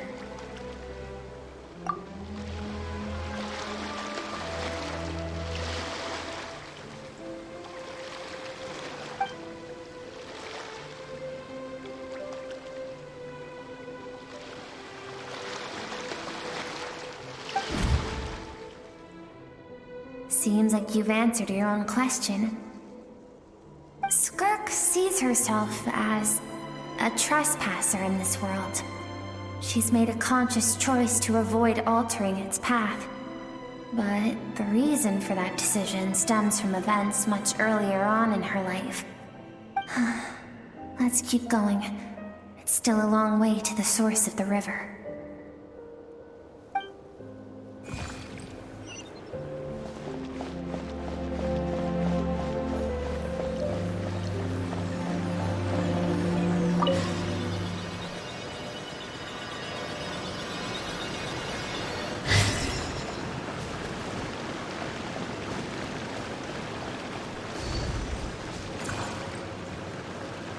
You now have what it takes to wield immense power.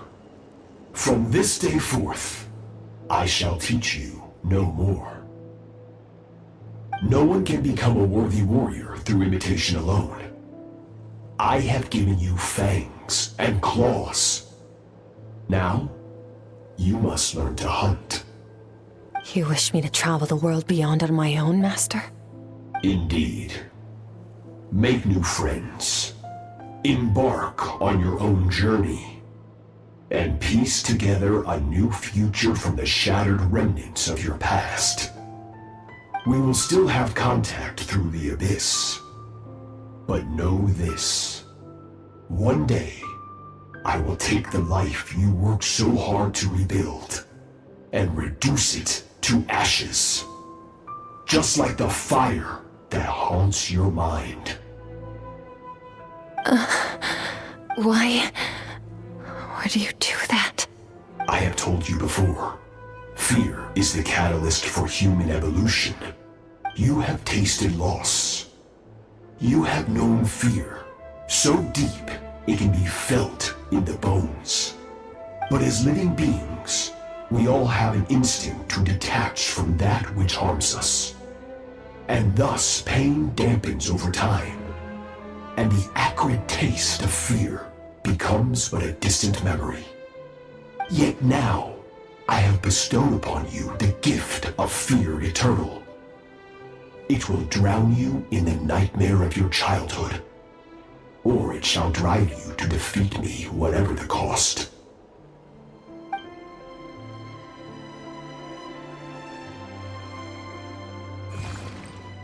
That is what Skirk's master, the foul Sertologi, looked like at one point in time. Of course, as a higher being, physical form is a triviality to him. He could appear as a beast, a human, or even a monster that defies description. The form you see him in here, clad in abyssal armor, is the one he usually wears when traveling through the stars.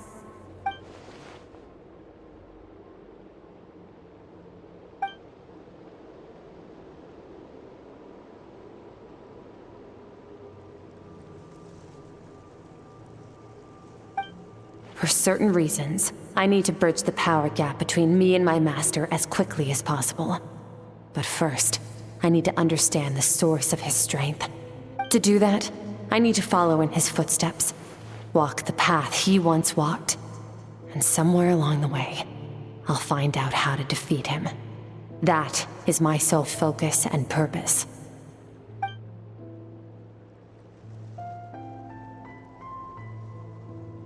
I'll let you in on a little secret. The real Sertologi is terrifying.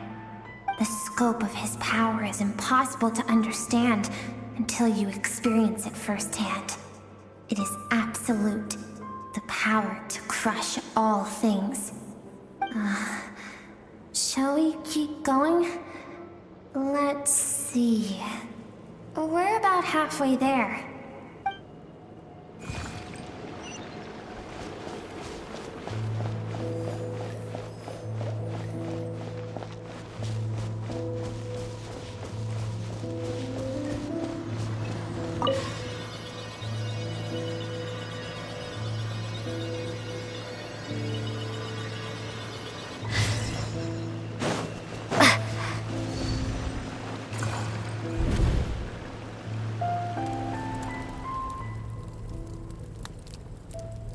We've made it quite a ways already.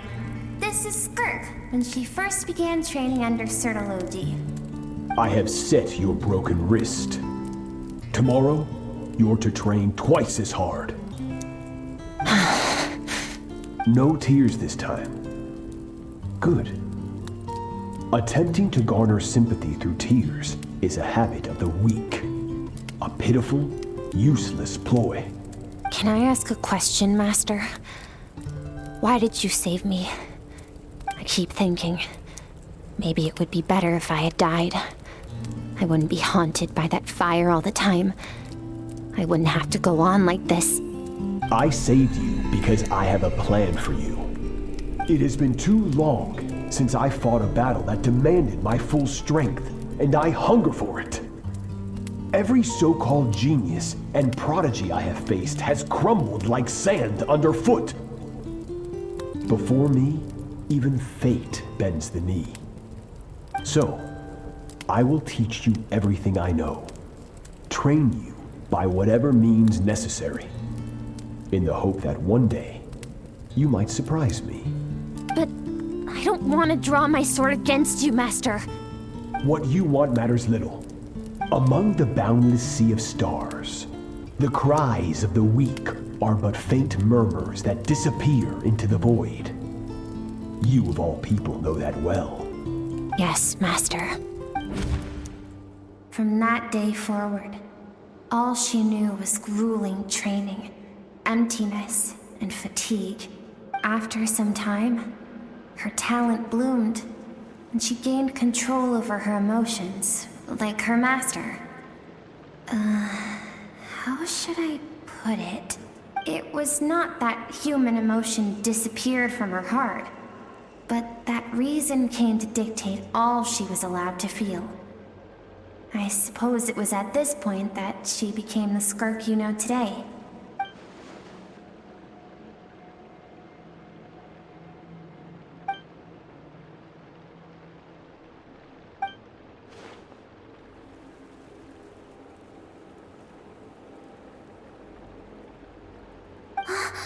We're nearly there. I almost don't want to reach the end. Well, shall we? This is the final stretch.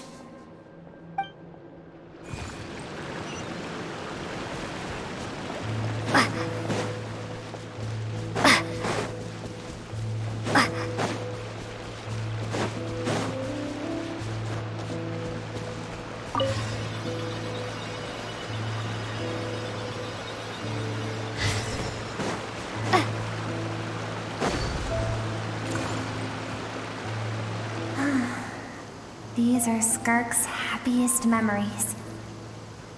What a simple and carefree time it was. Wisps of clouds dotted the sky. The sun bathed everything in golden light. And when song filled the air, not even the shyest of flowers could resist swaying along. This is Skirk's homeland. She was so curious about everything as a child. Always skipping school to go exploring instead. There was so much to discover. The treasures at the bottom of the sea. The secrets beyond the stars. And that merchant ship packed with adults wearing those strange clothes. Yes, the ship.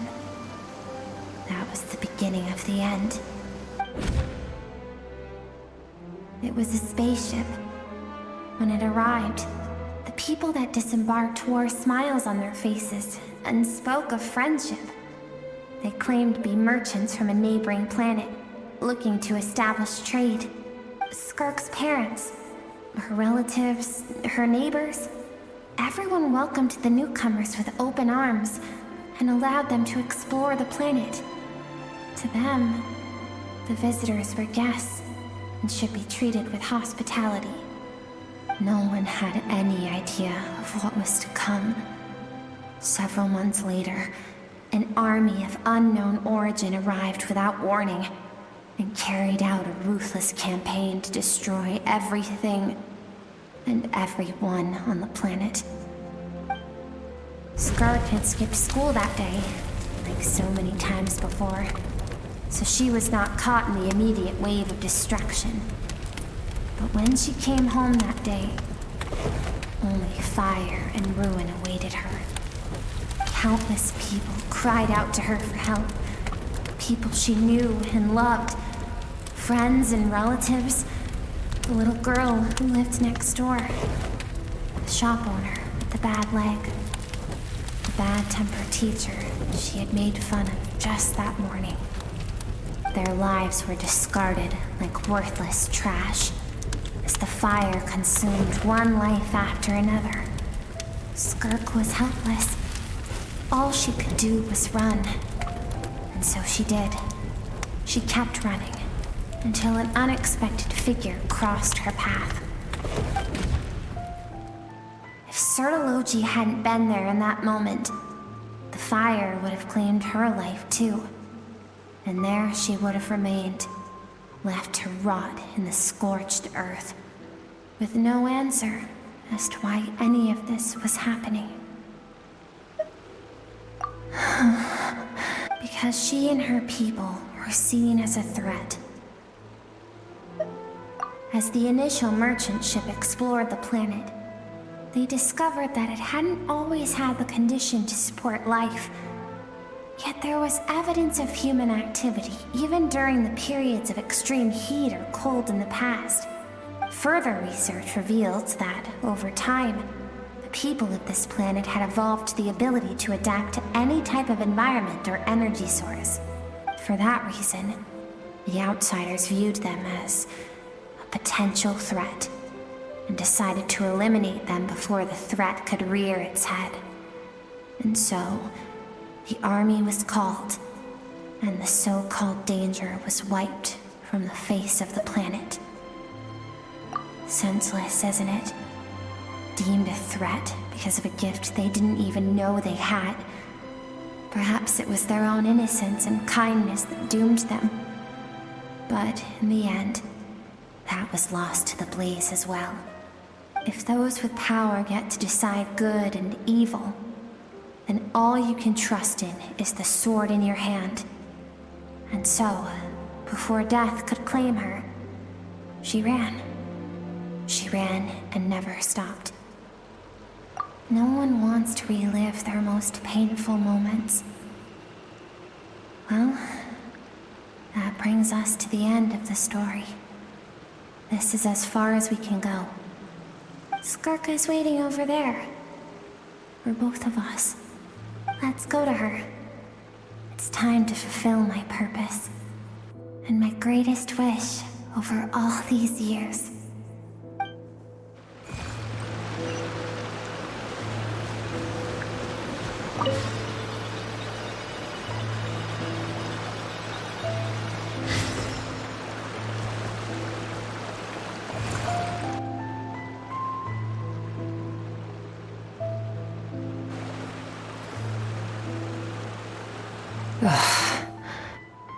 So all this, just so you could bring her here? I have things to say to you. Well, to me. I want someone to witness our reconciliation, even if it takes an argument to get there. And she is the best choice in this moment. Her suppressed emotional self. The version of herself she keeps locked in the recesses of her mind, stifled by reason. All those rejected impulses, those discarded aspects of your past selves, they are a part of me now. I am who you used to be. Someone you have refused to face for too long. So, I came to face you instead. You're wrong. I've faced you all along. And that's exactly why I keep you locked here. Your existence makes me weak. Moments of joy and longing are when we are most vulnerable. Don't forget, it was a penchant for goodness over reason that doomed our homeland in the first place. The vastness of the universe renders everything insignificant. Our feelings most of all. Even so, learning from the mistakes of the past doesn't have to mean erasing everything. Strip yourself of your so-called weaknesses, emotions like kindness and empathy, and what makes you any different from the ruthless soldiers who slaughtered our people? The difference is that I'm doing what is right, what is necessary. I allow you to exist, but with limited freedom. That is the greatest kindness I can offer. I have shouldered everything you couldn't carry. I rose above the numbness and emptiness, and it was cold, unfeeling reason that brought me this far. It made me who I am. It made me strong. That is the problem. I want to shoulder those things together. On the grand scale of the entire universe, maybe our feelings are vanishingly small, but why should that mean they don't matter? Emotion gives warmth to the cold expanse of space. It gives meaning to the world around us. Think back to those nights of gazing at the stars, those afternoons of exploring the unknown. Think back and let them grant you peace. A brief respite from the pressure you put on yourself. That isn't what we need. It's exactly what we need. Aren't you curious about why recovering your strength has taken longer than normal this time? Finally, you get to the important part. That is the only answer I came here to find. Then look around. Look at your inner world. You cast aside your dreams and curiosity, and in doing so, you lost your original motivation. You severed all connection to who you used to be, so you can no longer draw strength from your past. Now, the only things driving you forward are fear and survivor's guilt. But these cannot take you far enough. And so, this river, the source of your strength, grows more polluted by the day. And you think that means I should seek help from a weak little thing like you?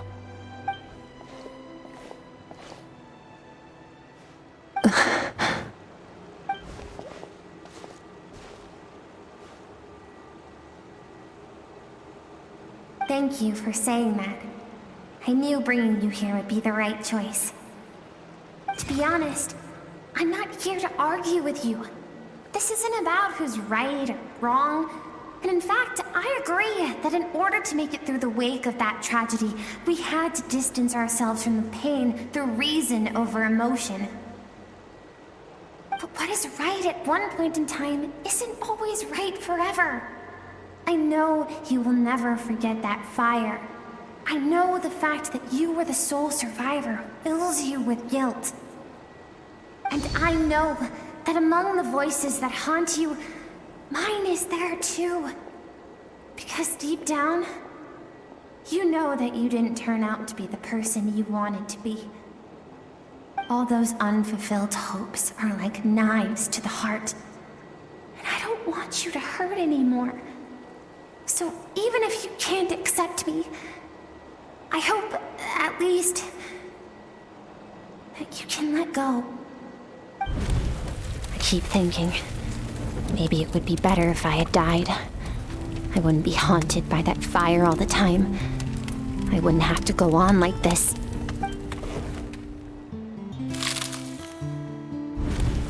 Your dad and I, we're not afraid to stare death in the face, but we need you to survive.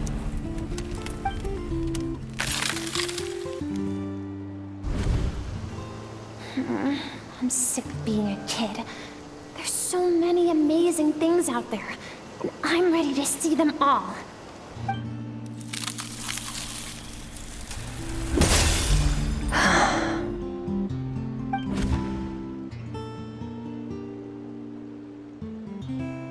I remember. There was a song Mom and Dad always sang when we went out to fetch water. Dancing water. The sand along your path is begging for your song and movement. Will you carry this burden with you on your journey? I am not the dancing water, and you are not the burdensome sand. But if this is your wish, then I will carry you with me until the end. Thank you. I should be thanking you.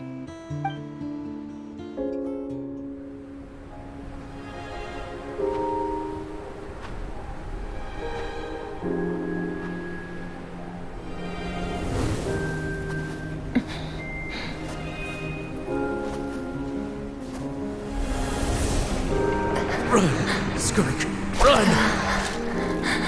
Remember, leave no one alive! Heed my words, Skirk. Let fear take root in your soul. Did you survive? Why was it only you? Skirk, did you become a positive light in this world?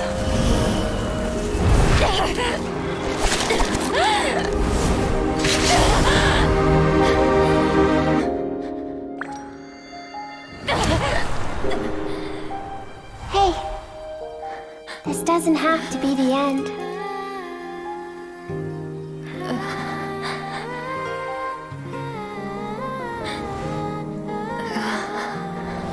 Life is a gift. Don't let darkness claim it.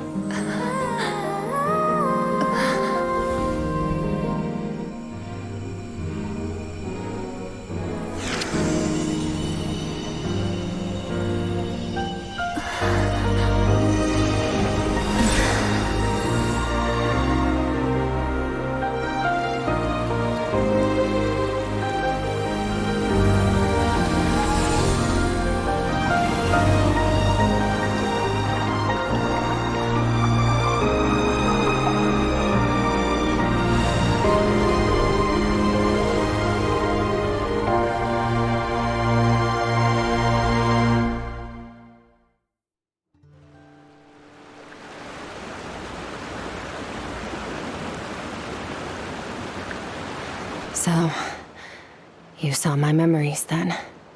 I once asked my master if survival of the strongest was the law of the universe. He said no. But in a world without order, those with no moral boundaries tend to be the ones who survive. That's why, after hearing his answer, an idea came to mind. An idea that, one day, I would create a new world order. One in which there would never be another tragedy like that fire. One in which power was not the law of the land. But that means I must defeat him. Because my master, Sertologi, is, at the core, a defier of all rules and order. Yes, and not just because of the gap in our abilities, but also because I have no reason to see him as an enemy. Although his decision to train me was not made out of kindness, he did everything a master should. He saved my life, taught me the sword and the principles of strength.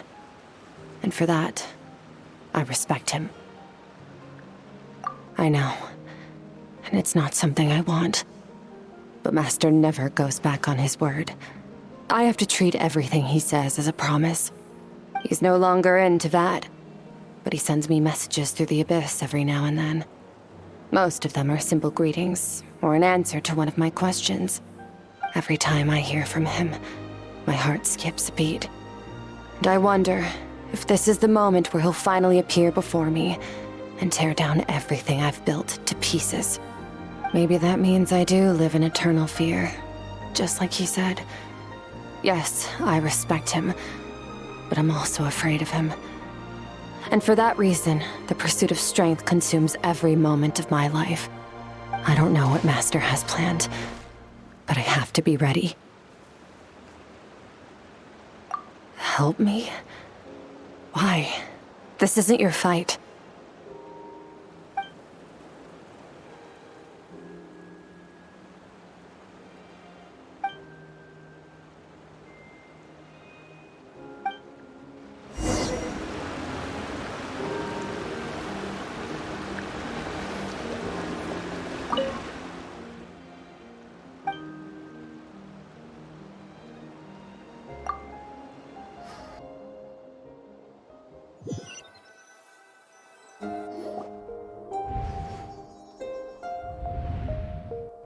Oh, you're finally awake!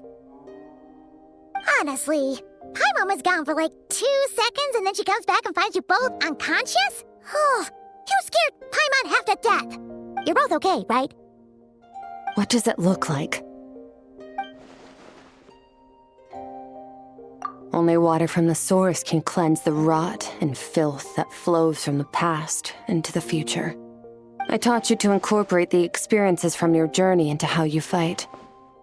I suppose what happened today will become an inseparable part of who I am. Okay, so Paimon feels like she's missing some important context. But whatever. Paimon brought back tons of delicious snacks! Let's dig in!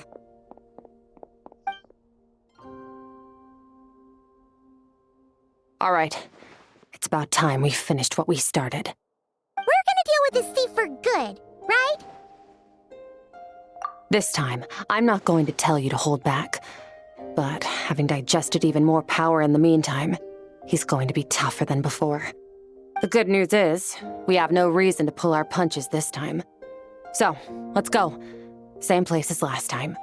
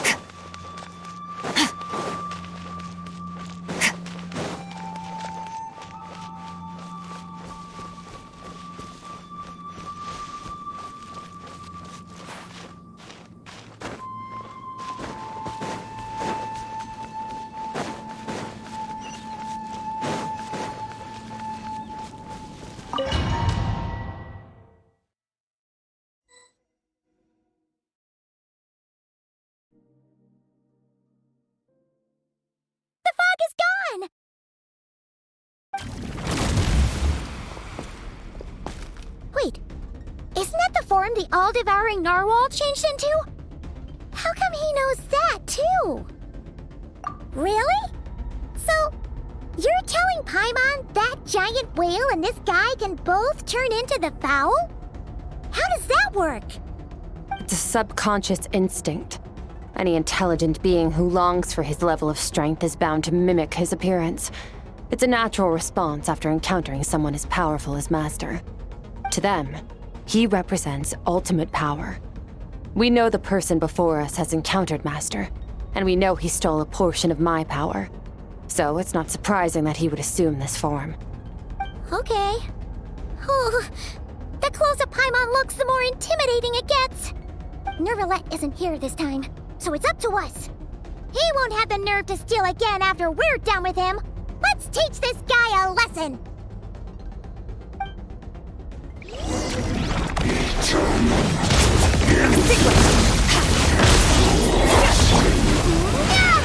Water jet!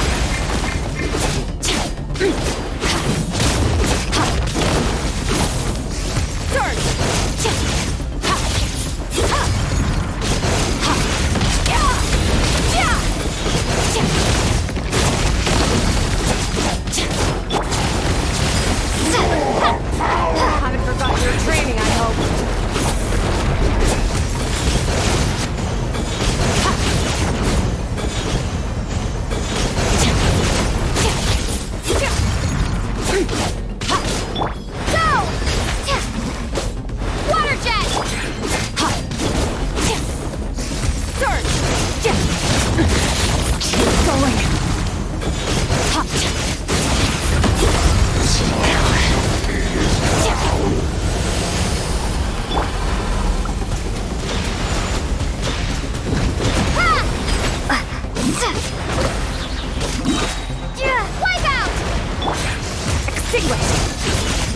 Mine to wield.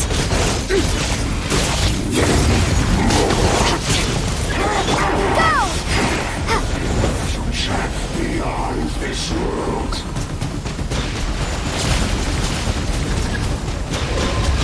Water jet! Go! Annihilate.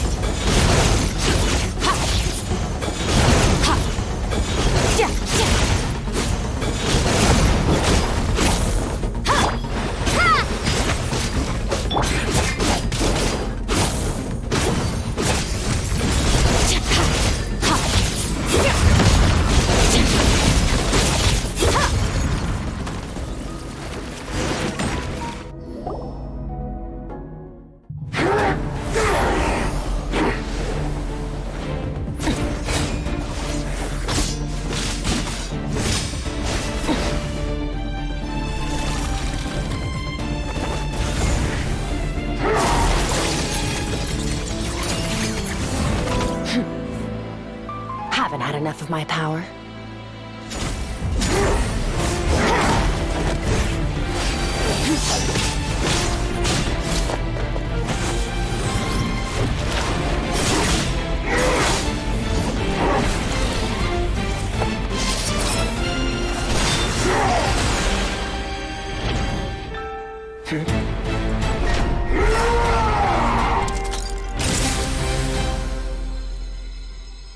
Well then, let's see how much more of this power you can handle.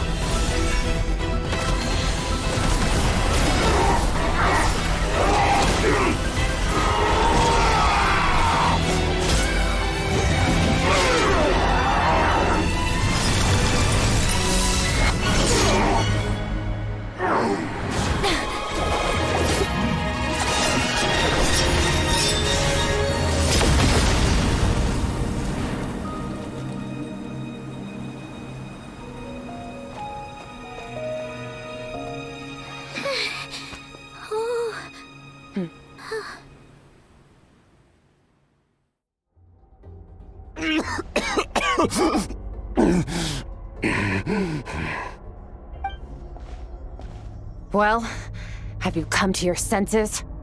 You saw that my body was at its limit.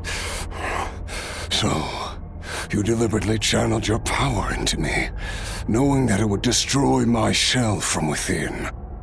Such power. Such keen battle instincts. So you must be...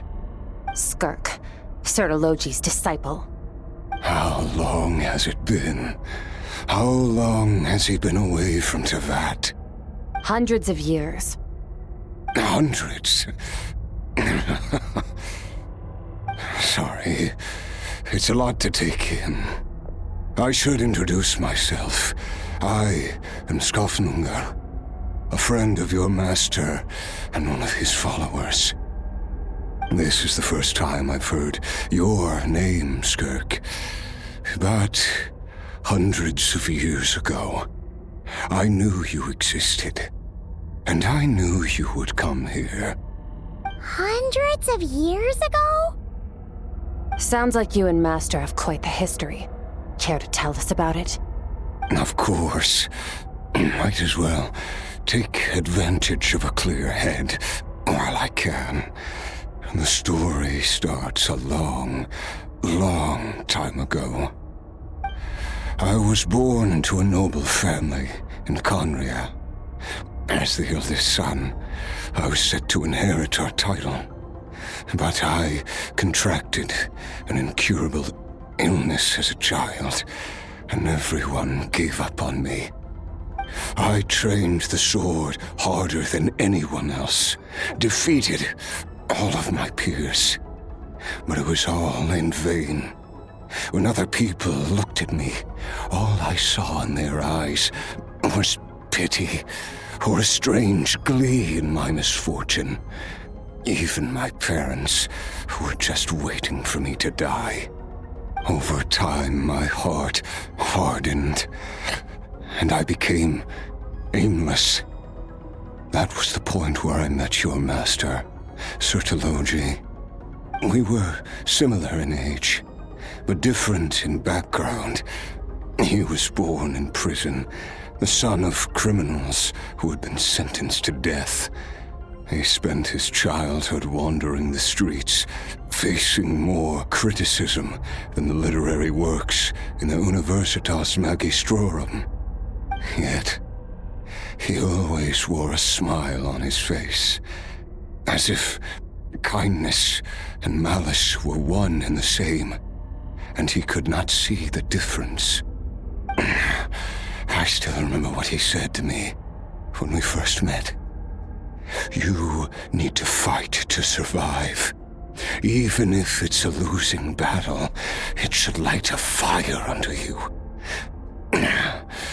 How can you sit back like this and go down without a fight? That does sound like something he would say. He was the first to acknowledge that I was worth something, and he inspired me to keep going.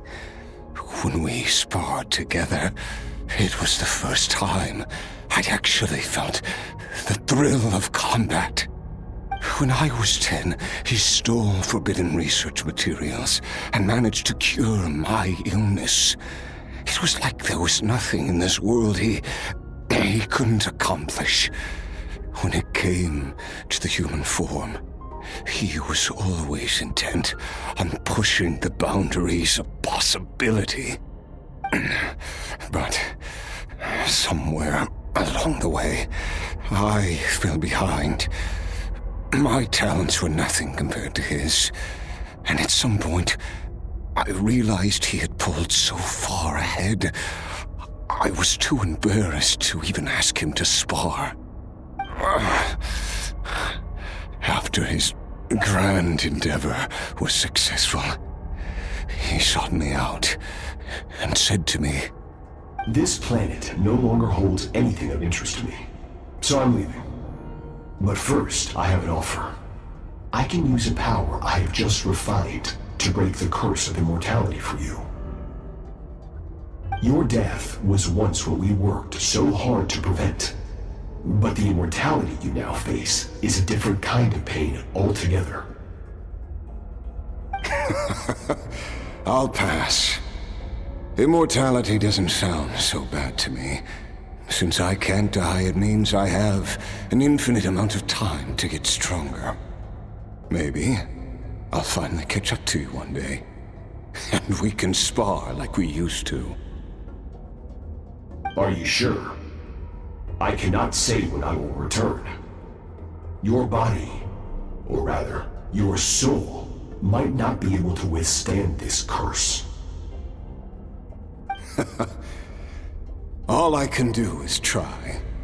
After all, a wise man once told me, people need to fight for their own survival. Wise indeed. Nevertheless, if you grow weary of the pain of immortality and wish to experience a good sparring match before you wither away, seek out my disciple. Disciple? Never thought I'd hear that word coming from you. Nor I, but Vedifenir said I was destined to find a disciple out there in the universe and bring her to Tibet. You know as well as I, Vedifenir's prophecies are never wrong. Well, now I'm curious about who this disciple of yours will be. All Vedifenir said was that one day, the stars shall bow in her honor. Sounds pretty impressive. Of course. Only the most outstanding people would have the right to become my disciple. Still self-assured as ever, I see. But you're not wrong. I'll be leaving then. Oh, and if you are serious about getting stronger, I left you a little gift in the primordial sea. As I've said before, walk whatever path you want. Freedom means even the wicked get to make their own choices. Waiting for me in the primordial sea was the all-devouring narwhal, already beaten into submission by Sertologi. In its weakened state, I was able to cut off part of its flesh and sew it into my own heart. Your heart? That sounds like torture! How did you even survive that? Because, of course, I bear the curse of immortality. So, you used the curse to turn yourself into a vessel for power. Even with that whale's ability, devouring power like that is not something the human body can withstand. With your body and soul constantly at the breaking point, it was the curse of immortality that sustained you. But that is not the path to strength. You have to pour your heart into it, work for it, dream of it. Instead, you stole something that didn't belong to you, and it backfired. You're right. I should have known better, but I had already pushed myself to my limits, and he was still miles ahead of me. So I had to take a leap of faith. I miss your master. I miss the days when we were all together, troublemakers without a home. I don't regret the choice I made. But if you'll allow it, I do want to apologize. To both of you. After the beating we just gave you, I think we can call it even. You're an interesting one as well. Sertologi's disciple. That's a lot to live up to. It can't have been an easy experience. I know what he's like. He rules with an iron fist, using despair and fear to force you to catch up to him, all the while standing ever out of reach. We're like mountain climbers in the dark, never knowing how much higher we have to climb, or when we will see the sun again. True. But I made up my mind long ago. No matter how dark it gets, I will not give in to despair. I will overcome it. Besides, after hearing your story, I suspect what Master really wants is not a battle that demands his full strength, but rather a defeat without regrets. Oh? Since you're his friend, you must have some things in common. The first time we came here, when you stabbed me through the fog and stole my power, I felt no emotion coming from that spike. But when you had to devote all your strength fighting me just now, I could feel joy and passion emanating from your blade. It was the joy of a researcher discovering the truth of the world, the joy of an artist uncovering a temple of wonders. Interesting. I'm certain I didn't express those emotions outright, yet you were able to read them from my blade, like a glimpse into my inner world. You're right. That battle brought me an unbridled sense of joy, and my defeat brings me no regret whatsoever. Exactly. I think Master also craves a battle like that. One where his opponent forces him to use all his strength, unlock the extent of his potential, and transcend his own limits. A battle to end all battles. After which, all can come to an end, including, perhaps, his life. For that very reason, good and evil are meaningless to him. He has one purpose, one goal: to complete himself. It's one of the secrets to his strength. Perhaps you're right. Perhaps that is his goal. What a battle that would be. Oh, to witness such a...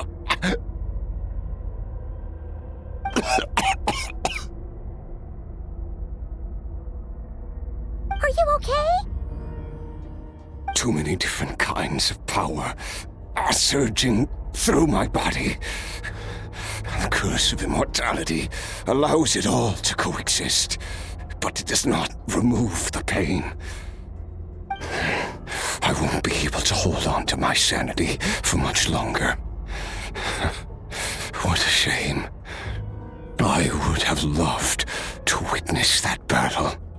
Sotologi once offered to free me from this curse. Now, I must ask that of you, Skirk. Can you release me from the pain? I can, but not through death, if that's what you were hoping for. It's not a suitable punishment for your crime. As an alternative, I can take your consciousness, along with all the power you've consumed, and smash it to pieces.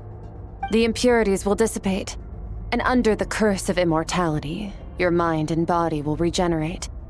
When that process is complete, you will be back to who you were before, no longer tortured by powers you can't control. But it will be a time-consuming and painful process. The decision is yours to make. I accept. And who knows? Perhaps I'll wake up in time to witness your great battle with Sotologi. I have faith that you'll be able to stand against him one day. Though I know it'll be a long and arduous road. If we are climbers in the dark, it appears the dawn has finally broken for me. But your ascent continues. At least, it looks like you are not alone on your journey. I will reach the top of this mountain, no matter what it takes. And you, Skofnungr, will be my witness at the end of all things. It's finally over. Let's get out of here. Huh. At least we don't have to make a mad dash for the exit like last time.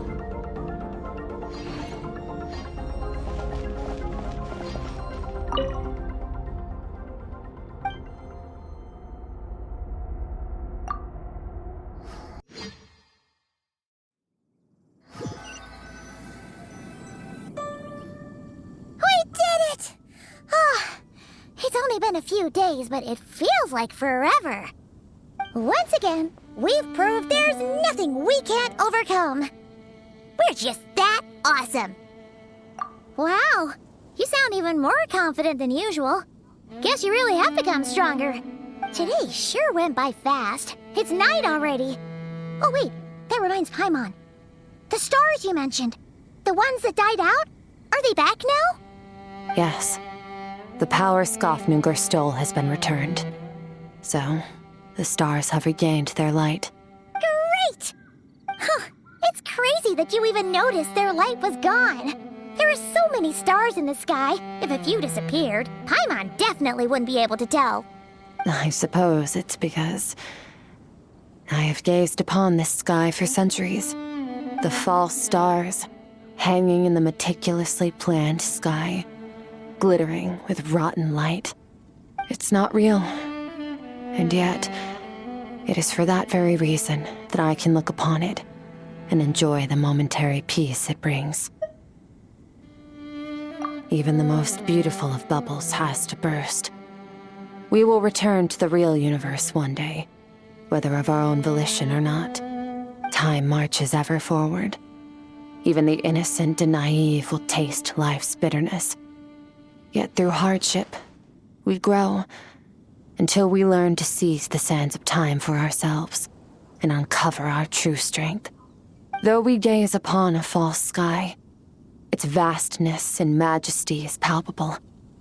One can only wonder, what is it going to take for kindness to reign supreme in the vast expanse of the universe? Ugh, this is all going over Paimon's head. But if she knows one thing, it's that the Traveler always finds a way. Ever since we met, she has filled Paimon's days with happiness. No matter how tough things get, she always finds a way to make it better. If it's too big a job for one person, then we'll do it with two. And if two's still not enough, then three. We've met so many amazing friends, and accomplished so many amazing things. As long as we don't give up, we can make any wish come true. I suppose when it comes to you, anything is possible. Well, I should be going. Now that my power is no longer isolated from my emotions, I need more practice to get used to it. I suppose fate will decide. Maybe we'll bump into each other on the street. Or maybe we'll reunite on a different planet entirely.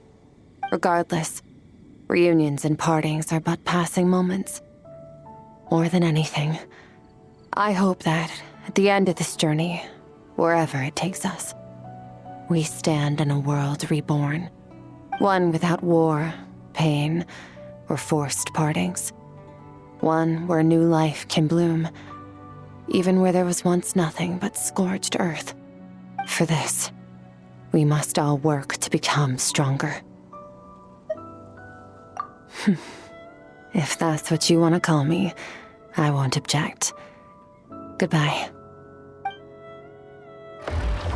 Bye!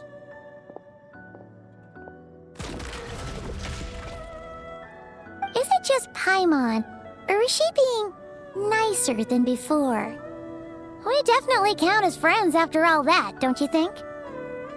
Hey, what do you think about camping here tonight? There's nothing quite like sleeping under the stars. Come tomorrow, we can continue our journey. Oh, and since Paimon treated you to that super nice meal at Wanmin Restaurant, it's about time you returned the favor.